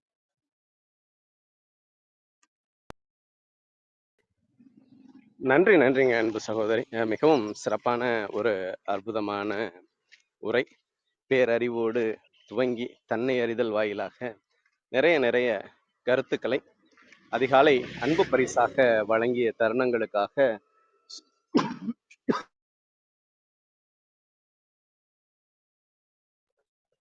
சொல்லரங்க சொந்தங்களாகிய அன்பு நண்பர்கள் ஒவ்வொருவருடனும் இணைந்து சரித்திரம் படைப்போம் தளம் தங்களுக்கு மனம் நிறைந்த நன்றிகளையும் வாழ்த்துக்களையும் பாராட்டுக்களையும் பகிர்ந்து கொள்வதில் பெருமகிழ்வு கொள்கின்றது. அன்பிற்கினிய நண்பர்களே, நாம் அனைவரும் இணைந்திருப்பது சரித்திரம் படைப்போம் தளம். ஒவ்வொரு வாரமும் ஒவ்வொரு தொகுப்பு, ஒவ்வொரு நாளும் ஒவ்வொரு தலைப்பு, வார இறுதியில் சிறப்பு விருந்தினரின் அழைப்பு, ஞாயிறு தோறும் நமக்கான விடுப்பு என்ற அடிப்படையில் என்றது. அவ்வரிசையில் இந்த வாரம் முழுக்க நாம் பேரறிவு என்ற ஒரு அற்புதமான தொகுப்பின் கீழ் நமது சிந்தனைகளை செழுமைப்படுத்தி வருகின்றோம். அவ்வரிசையில் இன்று நமது தளத்தில் தொடர் நிகழ்வுகளாக அரங்கேறி வரும் உள்ளமும் உடலும் என்ற அற்புதமான தொடர் நிகழ்வின் மற்றுமொரு அழகிய பாகத்தினை அன்பு சகோதரி சசிகலா பாரி அவர்கள் அதிகாலை அன்பு பரிசாக அர்த்தமுள்ள கருத்துக்கள் வாயிலாக நமது அவையினை அலங்கரித்தார்கள்.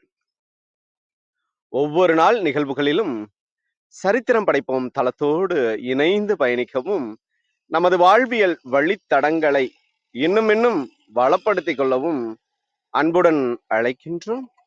இப்பொழுது நிகழ்வின் நெறியாளுமையை தொடரவும், முதன்மை கருத்தினை வழங்கிடவும் அன்பு தோழர் கற்பகவள்ளி அவர்களை அன்புடன் அழைக்கின்றோம். நன்றி.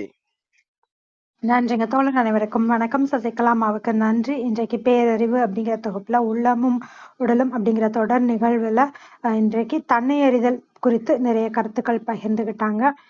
அறிவே தெய்வம் அப்படின்னு சொல்லி மகரிஷி சொல்றாங்க. மனதை நம்ம நல்லா விரித்து தவம் செய்யும் போது, ஒரு தூய்மையான அந்த சுத்த வெளியில ஒரு அமைதியான நிலைமையில இருக்கும் போதுதான் நம்ம அதை உணர முடியும். அந்த அமைதியை அதுதான் நம்ம பேரறிவுன்னு சொல்றோம். நம்ம எவ்வளவுதான் நிறைய மகரிஷியோட சொற்களாலேயே அதை விளக்கமா எடுத்து சொன்னாங்க அவரோட கட்டுரையில இருந்து.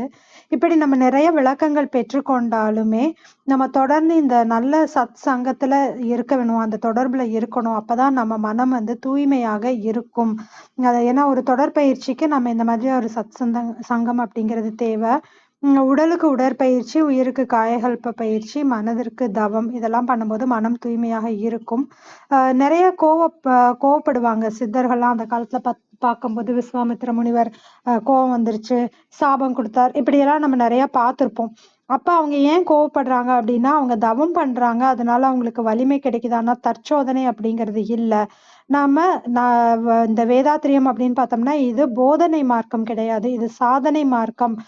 இது இப்படி செய்யுங்க அப்படின்னு சொல்லிட்டு போறது கிடையாது, அதை நம்ம செய்யணும். அதற்கு நம்ம தொடர்பயிற்சிங்கிறது தேவை. நம்ம ஒரு சச்சின் டெண்டுல்கரோ, எஸ்பிபியோ, சித்ராவோ அவங்கெல்லாம் சாதனை செய்யறாங்க அப்படின்னா அதிகாலை 4 மணிக்கு எந்திரிச்சு சச்சின் தன்னோட பயிற்சி பண்ணுவாரு. எஸ்பிபியோ, சித்ராவோ ஒரு பாட்டை பாடுறதுக்கு 7 மணி நேரம் கூட சாதகம் செய்யறதுக்கு வாய்ப்பு இருக்கு. இந்த மாதிரி தொடர்ந்து ஒரு அவங்களோட ஒரு பணியை சரியா பயிற்சி செய்து வர்றதுனாலதான் ஜெயிக்க முடியுது. அந்த மாதிரிதான் நம்மளும் இதுக்குதான் நம்ம சொல்றோம். தொடர்ந்து நம்ம எண்ணங்களை சீரமைக்கிறத பத்தி பார்த்தோம். எண்ணங்களை பத்தி பார்த்துட்டு ஆசை சீரமைத்தல் பார்த்தோம், சினம் தவிர்த்தல், இதெல்லாம் ஒவ்வொன்றா நம்ம பார்த்துட்டு வந்தோம். இதுல நிறைவா பார்த்தோம்னா தன்னை அறிதல் அப்படிங்கிறது வருது. தன்னை அறிய தனக்கு ஒரு கேடில்லை அப்படின்னு சொல்லி திருமூலர் சொல்றாரு.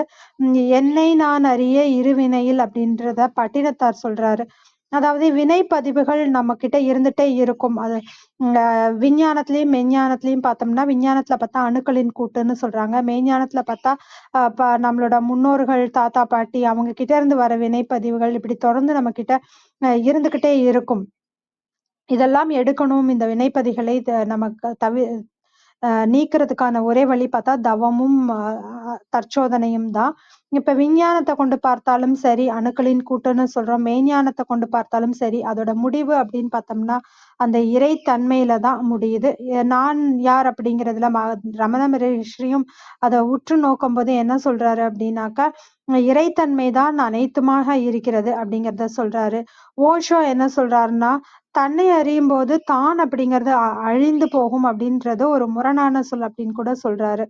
அப்ப தான் என்று என்ன அப்படிங்கிறத நம்ம உணர்ந்துட்டோம்னா அந்த தன்மைதான் மற்றவர்களுக்குள்ளும் இருக்கிறதுன்னு தெரியும் போது அந்த அன்பும் கருணையும் தானாக மலர ஆரம்பிக்கும்.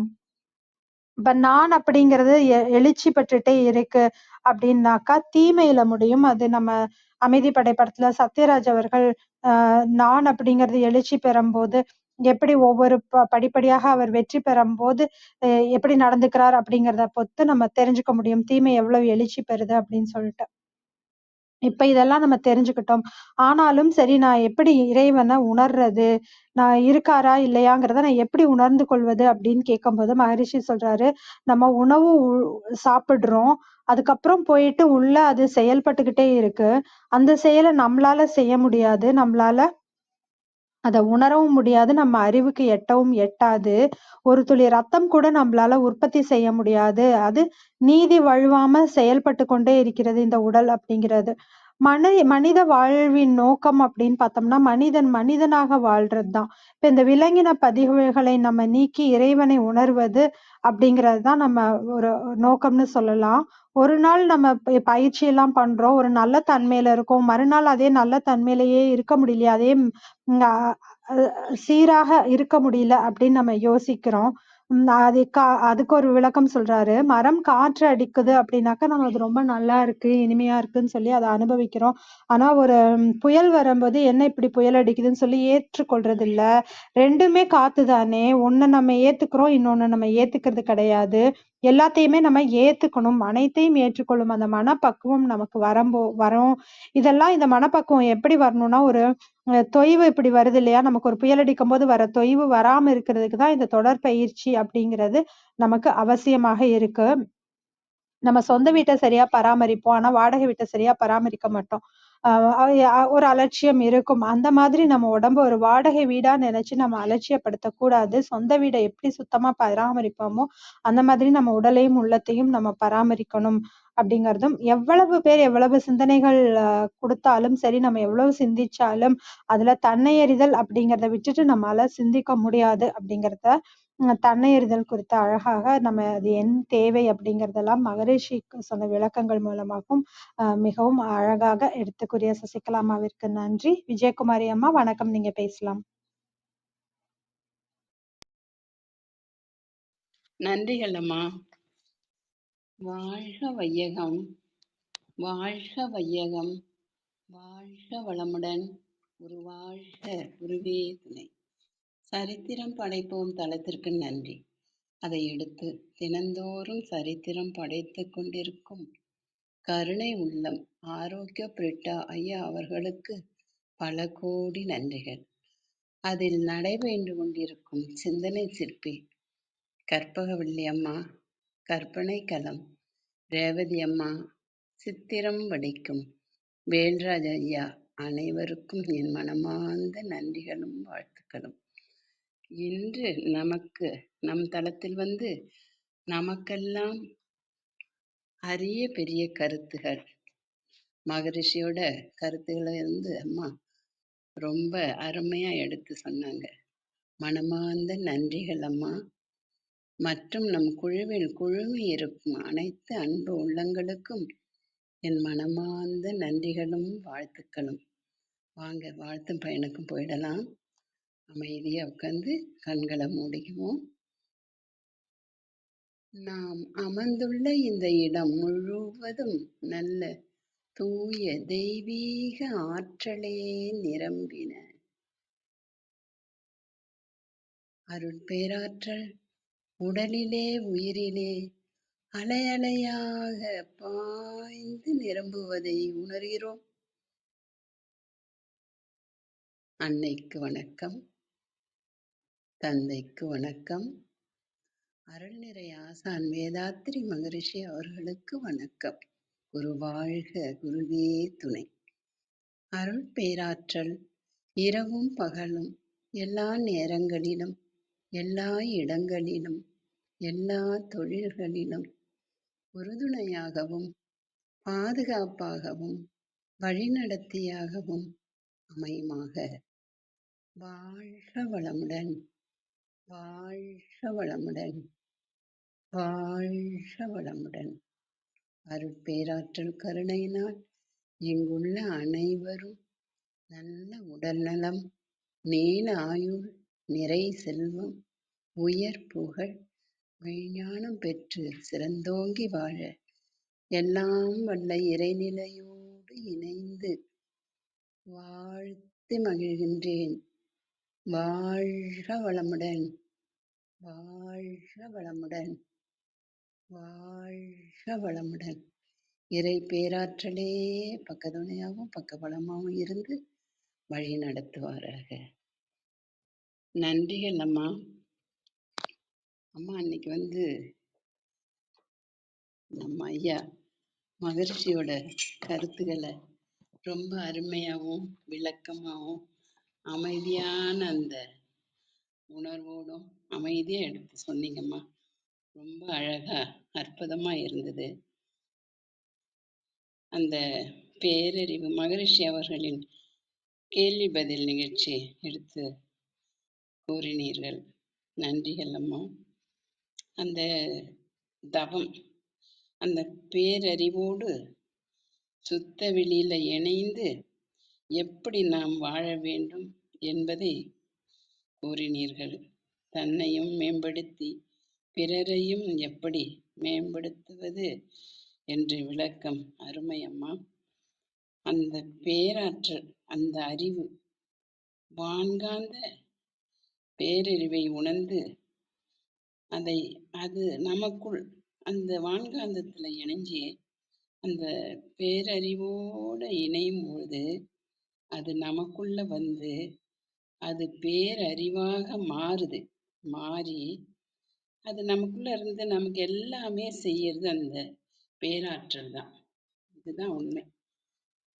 அப்ப நம்ம என்ன செய்யணும்னா தினந்தோறும் தவம் பண்ணி அந்த பேரறிவோட அந்த சுத்த வெளியில நம்மளை இணைச்சி தவம் செய்யும் பொழுது நமக்குள்ள அந்த பேராற்றல் வரும்.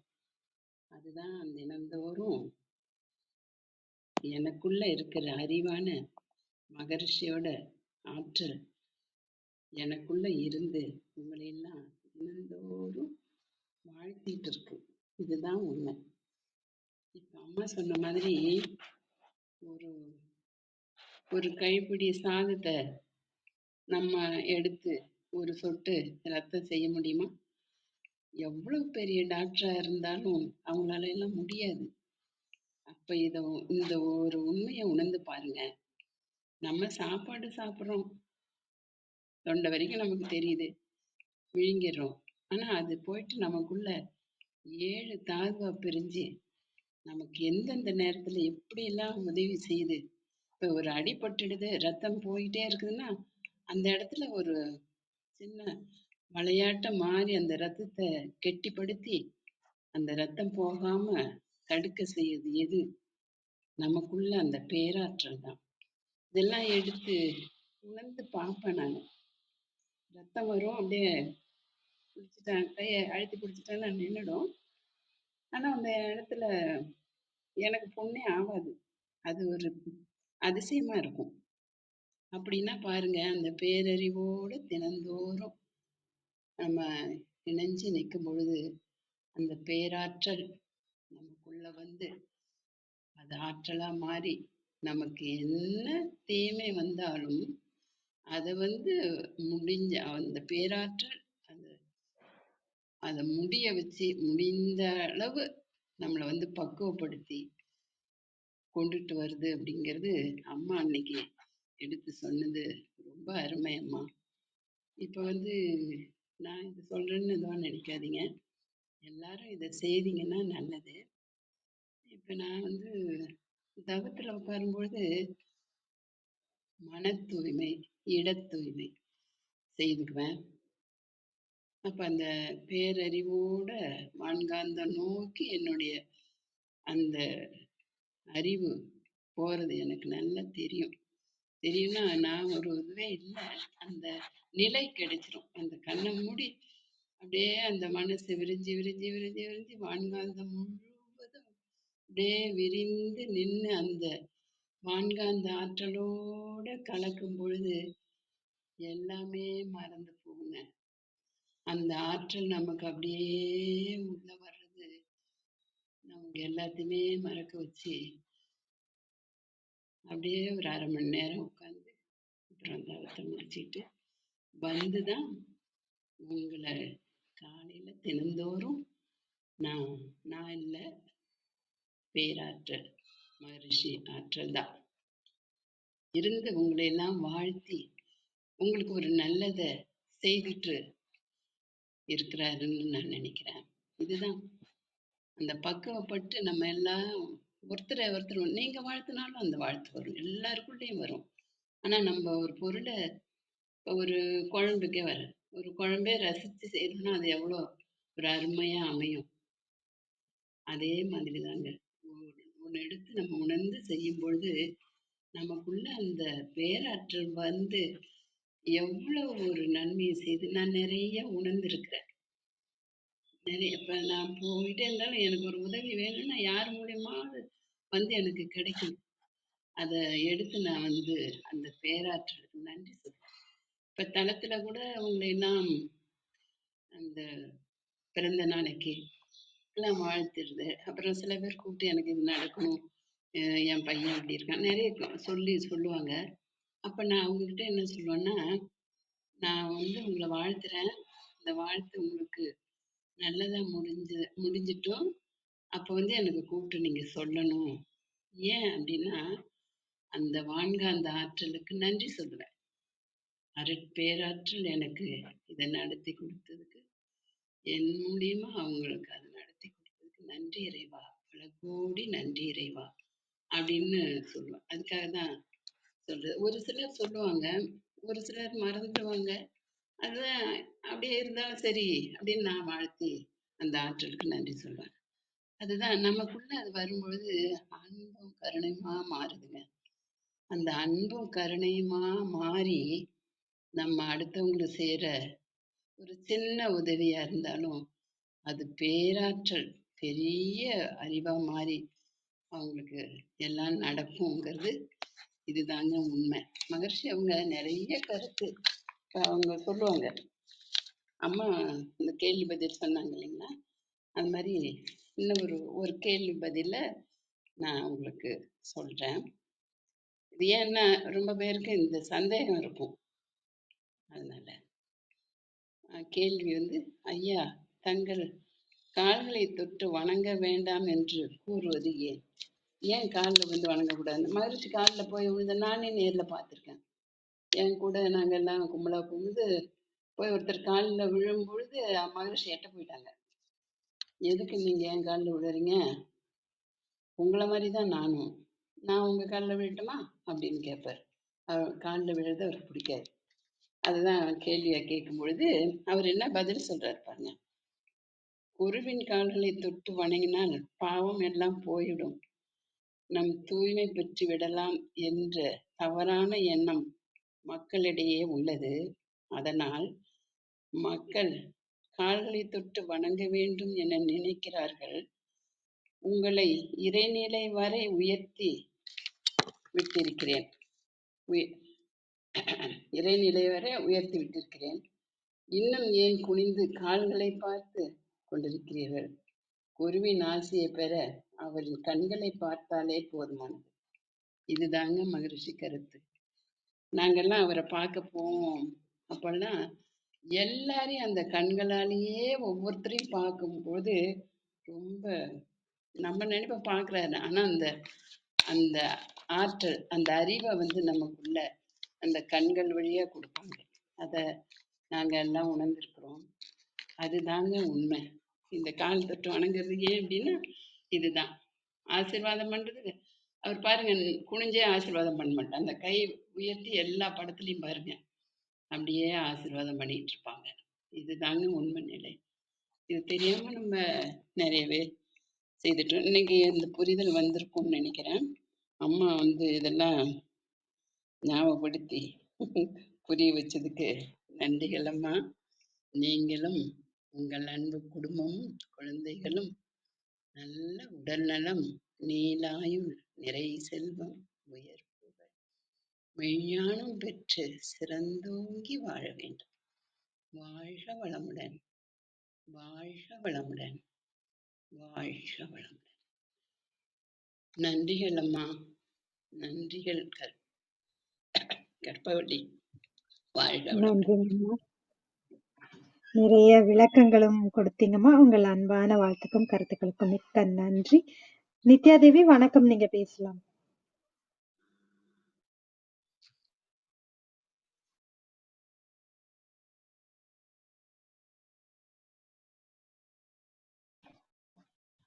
நித்யாதேவி. விந்தியகௌரி அம்மா வணக்கம், நீங்க பேசலாம். அனைவருக்கும் வணக்கம். பேரறிவு இந்த தலைப்பில் இந்த வாரம் நிகழ்வு உள்ளமும் உடலும். சசிகலா பாரியம்மா ரொம்ப இனிமையாக அருமையாக பேசுகிறாங்க. பிரபஞ்சம் எப்படி இருக்கு, பஞ்சபூதங்கள் ஓரறிவு முதல் ஆறறிவு உயிர் வரை எப்படி இயங்குது, நுட்பமாக அதை எடுத்து சொன்னாங்க. திரைப்பட ஒரு காட்சியவும் எடுத்து அவங்க சொன்னாங்க. அவங்க சொன்ன திருமந்திரம் அருமையான திருமந்திரம். தவம் பண்ணணும், தன்னை பற்றி ஆய்வு பண்ணிக்கணும், தற்சோதனை அப்படின்றத அவங்க சொன்னாங்க. உண்மைதான் அம்மா. அதன் மூலமாக தான் நம்ம யார், எதற்காக இங்கே வந்திருக்கோம், என்ன காரியங்களை நம்ம செய்யணும் அப்படின்றது நமக்கு தெரியும். தன்னை அறிய தனக்கொரு கேடில்லை, தன்னை அறியாமல் தன்னை கெடுகின்றான், தன்னை அறியும் அறிவை அறிந்தபின் தன்னையே அர்ச்சிக்க தான் இருந்தானே. ஆறுயிர்கள் தன்னை உணர்ந்து அறியும் அறிவை பெற்றுவிட்டால் பிறந்து பிறந்து இறக்கும் துன்பத்தை அடைய வேண்டுவது இல்லை. ஆனால் இந்த மனிதன் இது தெரியாமல் தன்னை தான் உணரும் ஞானம் பெறாமல் வீணாக கெட்டு அலைகின்றான். தன்னை தான் அறியும் அறிவை சீவன் பெற்றுவிட்டால் பிறகு அச்சீவன் தன்னை சிவனுக்கு அர்ப்பணித்து கொள்ளும். இந்த ஆத்தும நிவேதனம் செய்பவர்கள் உள்ளத்துள்ளே சிவன் இருந்து அருளுவான். அருமையான மந்திரம். மந்திரத்தின் வழி நன்னெறி காட்டுகிறார் நம்முடைய திருமூலர். நாம் அதன்படி வாழ்ந்தால் நல்ல ஒரு வாழ்வு அமையுன்றத அம்மா நீங்கள் இனிமையாக எடுத்துரைத்தீங்க. மற்ற பாடல்களையும் சொல்லி நீங்கள் எங்களுக்கு நல்ல ஒரு விழிப்புணர்வை தந்தீர்கள். உடலையும் மனசையும் நல்லா பார்த்துக்கிட்டோன்னா இறைவனை அடைய முடியுன்றது உண்மை அப்படின்றத உங்களுடைய அந்த உரையிலிருந்து அறிந்து கொள்ள முடிந்தது. அம்மா, உங்களுக்கு பாராட்டுக்கள், வாழ்த்துக்கள், நன்றிகள் அம்மா, நன்றிகள் அம்மா. உங்கள் அன்பான வாழ்த்துக்கும் கருத்துக்களுக்கும் மிக்க நன்றிங்கம்மா. நித்யா தேவி, அருள் சேவியரையா, வணக்கம், நீங்க பேசலாம். வணக்கம், அனைவருக்கும் இனிய காலை வணக்கம். சசிகலா சகோதரி அவங்க இன்னைக்கு அழகா உள்ளமும் உடலும் அப்படிங்கிற அழகா தொடர் நிகழ்வா அழகா பண்ணிட்டு இருக்காங்க. உடலும் உள்ளமும் இப்ப ஒரு சினிமா படம், நலம்தானா நலம்தானா, உடலும் உள்ளமும் நலம்தானா. இப்ப நலம்னா என்ன? உடலும் ஆரோக்கியமா வச்சுக்கணும், மனசையும் ஆரோக்கியமா வச்சுக்கணும். இந்த ஒரு அற்புதமான ஒரு இது, ஒரு துளி ரத்தத்தை கூட என்னதான் சயின்ஸ் வளர்ந்துருந்தாலும் அதை யாராலையும் முடியாது. இப்ப செயற்கை உடல் உறுப்புகள்லாம் கண்டுபிடிச்சா கூட ஒரு உமிழ்நீரையோ ஒரு ரத்தத்தையோ இயற்கையா இருக்கிறத செயற்கையா பண்றது ரொம்ப, அது கிடையவே கிடையாது, அது பண்ணவே முடியாது. அந்த மாதிரி ஒரு அற்புதமான இது நம்ம உடல்ல இருக்கு. நம்ம அந்த உடலை எப்படி நம்ம சுத்தமா வச்சுக்கணும், அதே மாதிரி உள்ளத்தையும் நம்ம எப்படி சுத்தமா வச்சுக்கணும் அப்படிங்கிறத ஒரு அழகான ஒரு விளக்க உரையா கொடுத்தாங்க. அதே மாதிரி தன்னை அறிதல், சுய ஆய்வு, தன்மை பற்றி ஆய்தல். இப்ப அதுல ஒரு நிறைய உதாரணங்கள் சொன்னாங்க. இப்ப இதே மழை வரல அப்படின்னா திட்டுறான், அதே மாதிரி மழை அதிகமா வெள்ளம் வந்துச்சுனாலும் திட்டுறான். நம்முடைய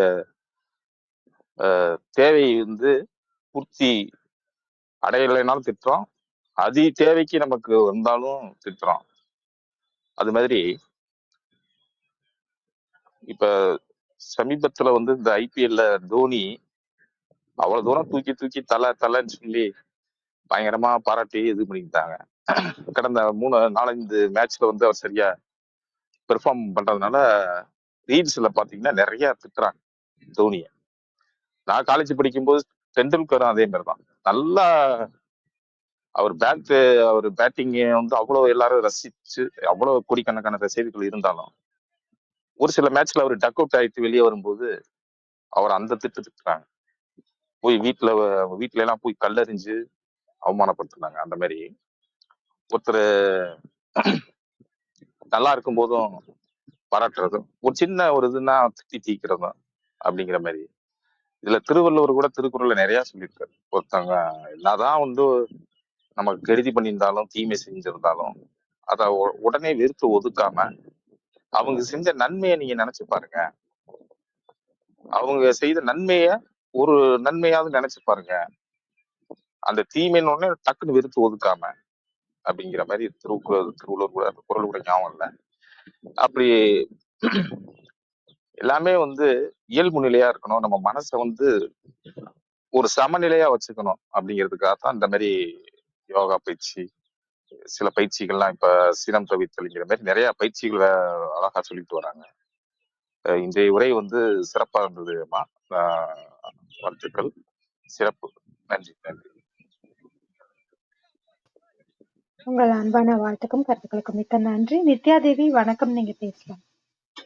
அனைவருக்கும் உற்சாகமான காலை வணக்கம்.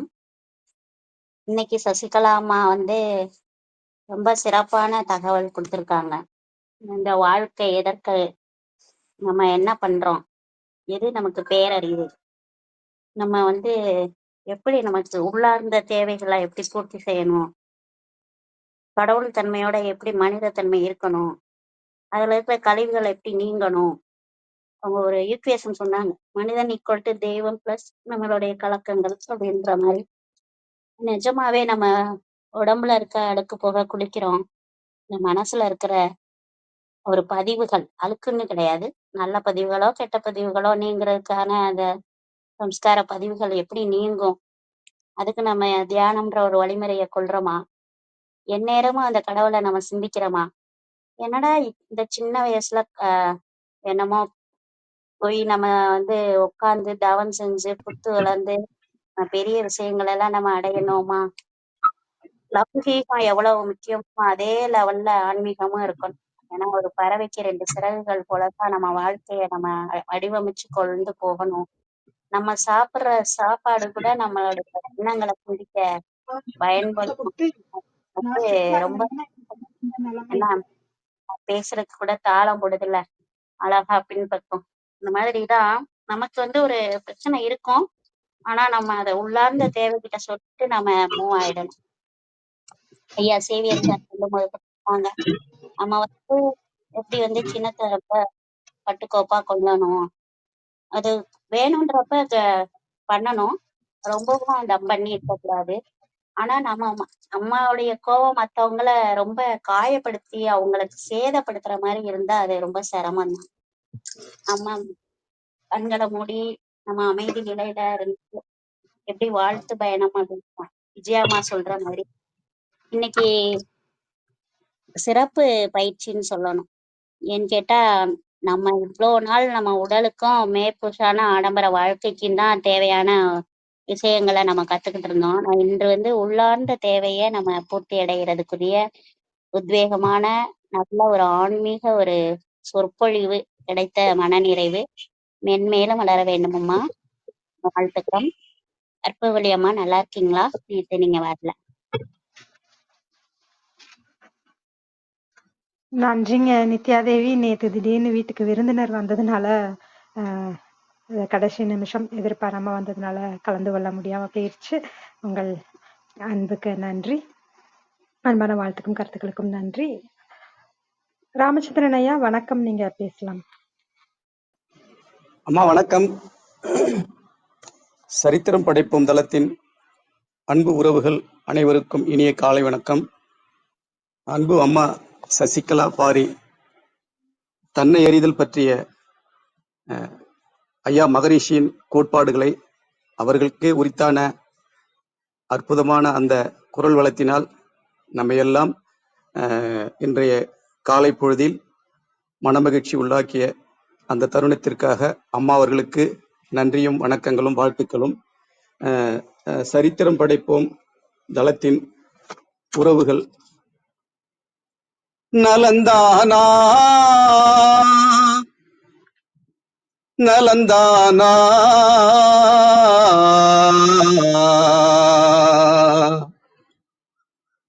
உடலும் உள்ளமும் நலம் தானா.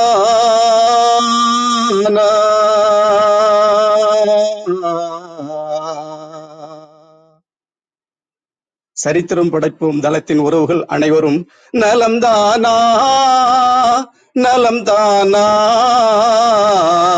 உடலும் உள்ளமும் நலம் தானா. நடந்ததெல்லாம் மறந்திருப்போம், நடந்ததெல்லாம் மறந்திருப்போம், நடப்பதையே நினைத்திருப்போம்.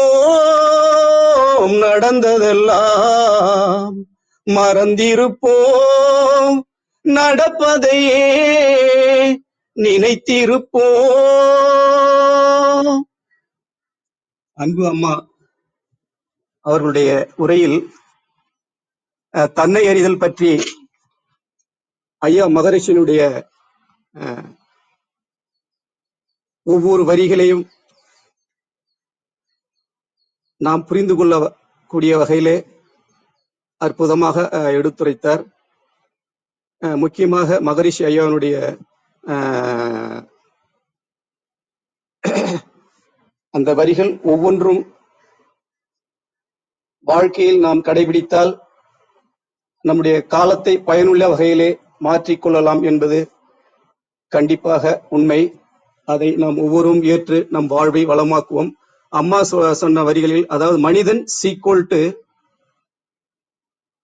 தெய்வம் பிளஸ் களங்கம். இந்த பயிற்சியின் மூலம் அந்த களங்கத்தை நீக்கி தெய்வ நிலையை அடையலாம் என்பதை அம்மா அவர்கள் எடுத்துரைத்தார். அதே போன்று அம்மா அவருடைய உரையிலே போதனைகள் என்பதை பசியாய் இருக்கும் போது எடுத்துரைத்தால் அதை ஏற்றுக்கொள்வது கடினம்.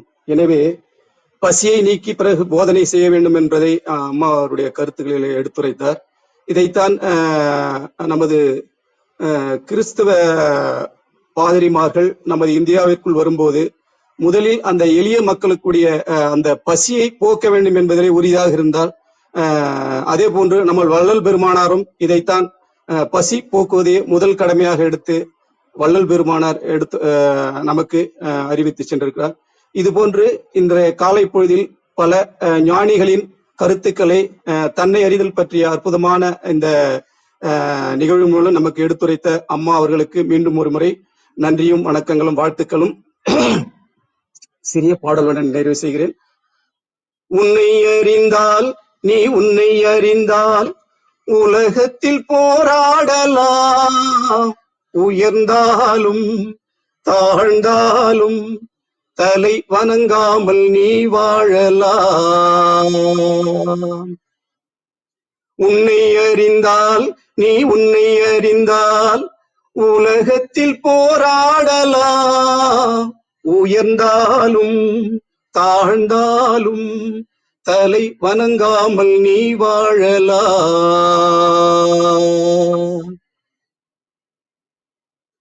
மானம் பெரியதென்று வாழும் மனிதர்களை மான் என்று சொல்வதில்லையா, மானம் பெரியதென்று வாழும் மனிதர்களை மான் என்று சொல்வதில்லையா, தன்னை தானும் அறிந்து கொண்டு ஊருக்கும் சொல்பவர்கள் தலைவர்கள் ஆவதில்லையா.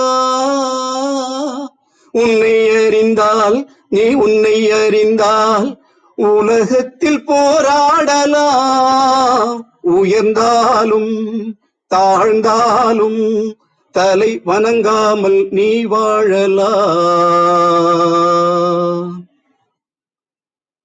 பூமியில் நேராக வாழ்பவர் எல்லோரும் சாமிக்கு நிகர் இல்லையா, பூமியில் நேராக வாழ்பவர் எல்லோரும் சாமிக்கு நிகர் இல்லையா, பிறர் தேவை அறிந்து கொண்டு வாரி கொடுப்பவர்கள் தெய்வத்தின் பிள்ளை இல்லையா, பூமியில் நேராக வாழ்பவர் எல்லோரும் சாமிக்கு நிகர் இல்லையா, பிறர் தேவை அறிந்து கொண்டு வாரி கொடுப்பவர்கள் தெய்வத்தின் பிள்ளை இல்லையா.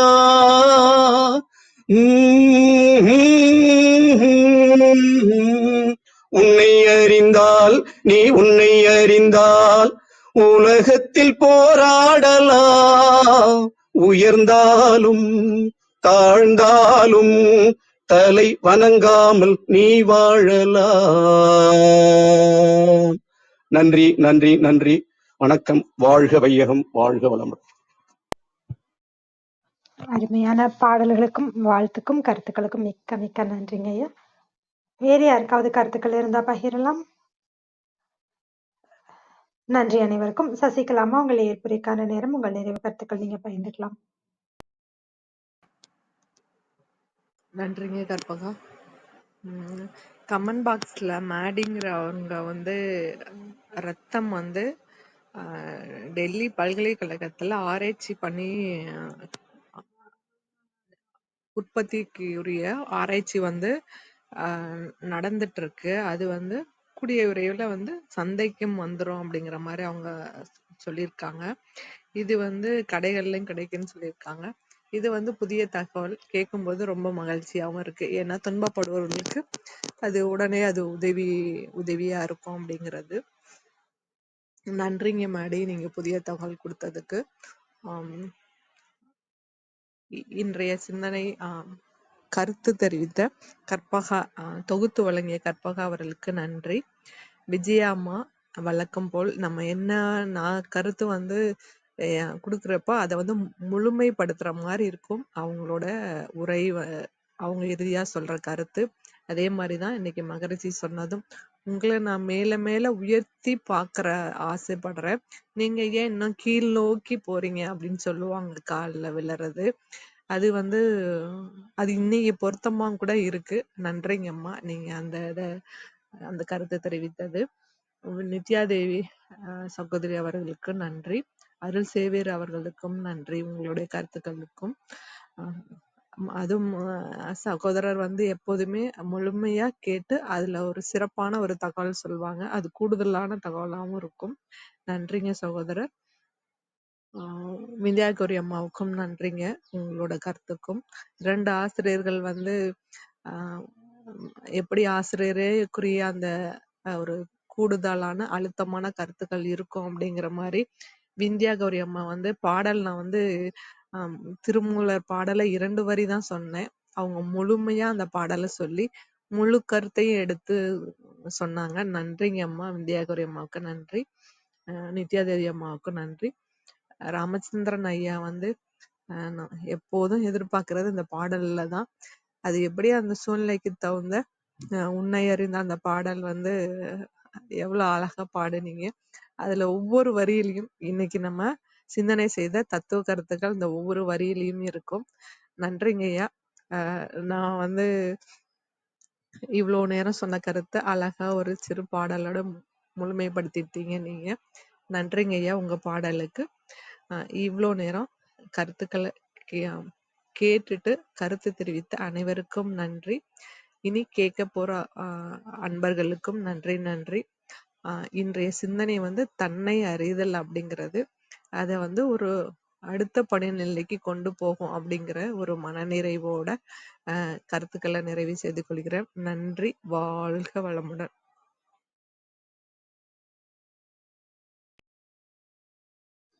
நன்றிங்க சசிகலாமா. இது ஒரு மிகவும் ஒரு முக்கியமான ஒரு தலைப்பு, தன்னை அறிதல் அப்படிங்கிறது.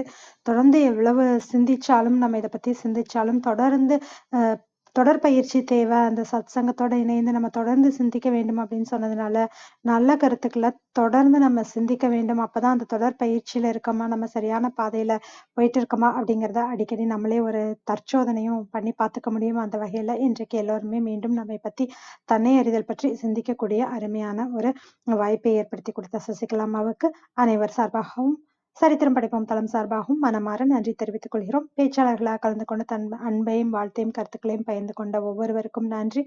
தொடர்ந்து பொறுமையாக கவனித்துக் கொண்டிருக்கும் அனைத்து கவனிப்பாளர்களுக்கும் நன்றி. மேடி அவர்கள் அவருடைய பதிவை கொடுத்திருக்காங்க. சசிகலா அதோட விளக்கம் சொன்னாங்க. நன்றி மேடி. ராமராஜன் அவர்களும் சிறப்பான சிந்தனை தூண்டல்கள் நன்றின்னு சொல்லியிருக்காரு. மிக்க நன்றி. மறு ஒலிபரப்பு வாயிலாக கேட்கவிருக்கும் அனைவருக்கும் நன்றி. மீண்டும் நாளை காலை 6 மணிக்கு இசையும் தமிழும் என்ற தலைப்பில் தேவகுமாரி அவர்களின் சிறப்புரையில் அனைவரும் கலந்து கொள்ள வேண்டும் என்று அன்போடு கேட்டுக்கொண்டு விடைபெற்றுக் கொள்கிறோம். அனைவருக்கும் நன்றி, அனைத்திற்கும் நன்றி, ஆண்டவனுக்கும் நன்றி. 5, 4, 3, 2, 1 நன்று.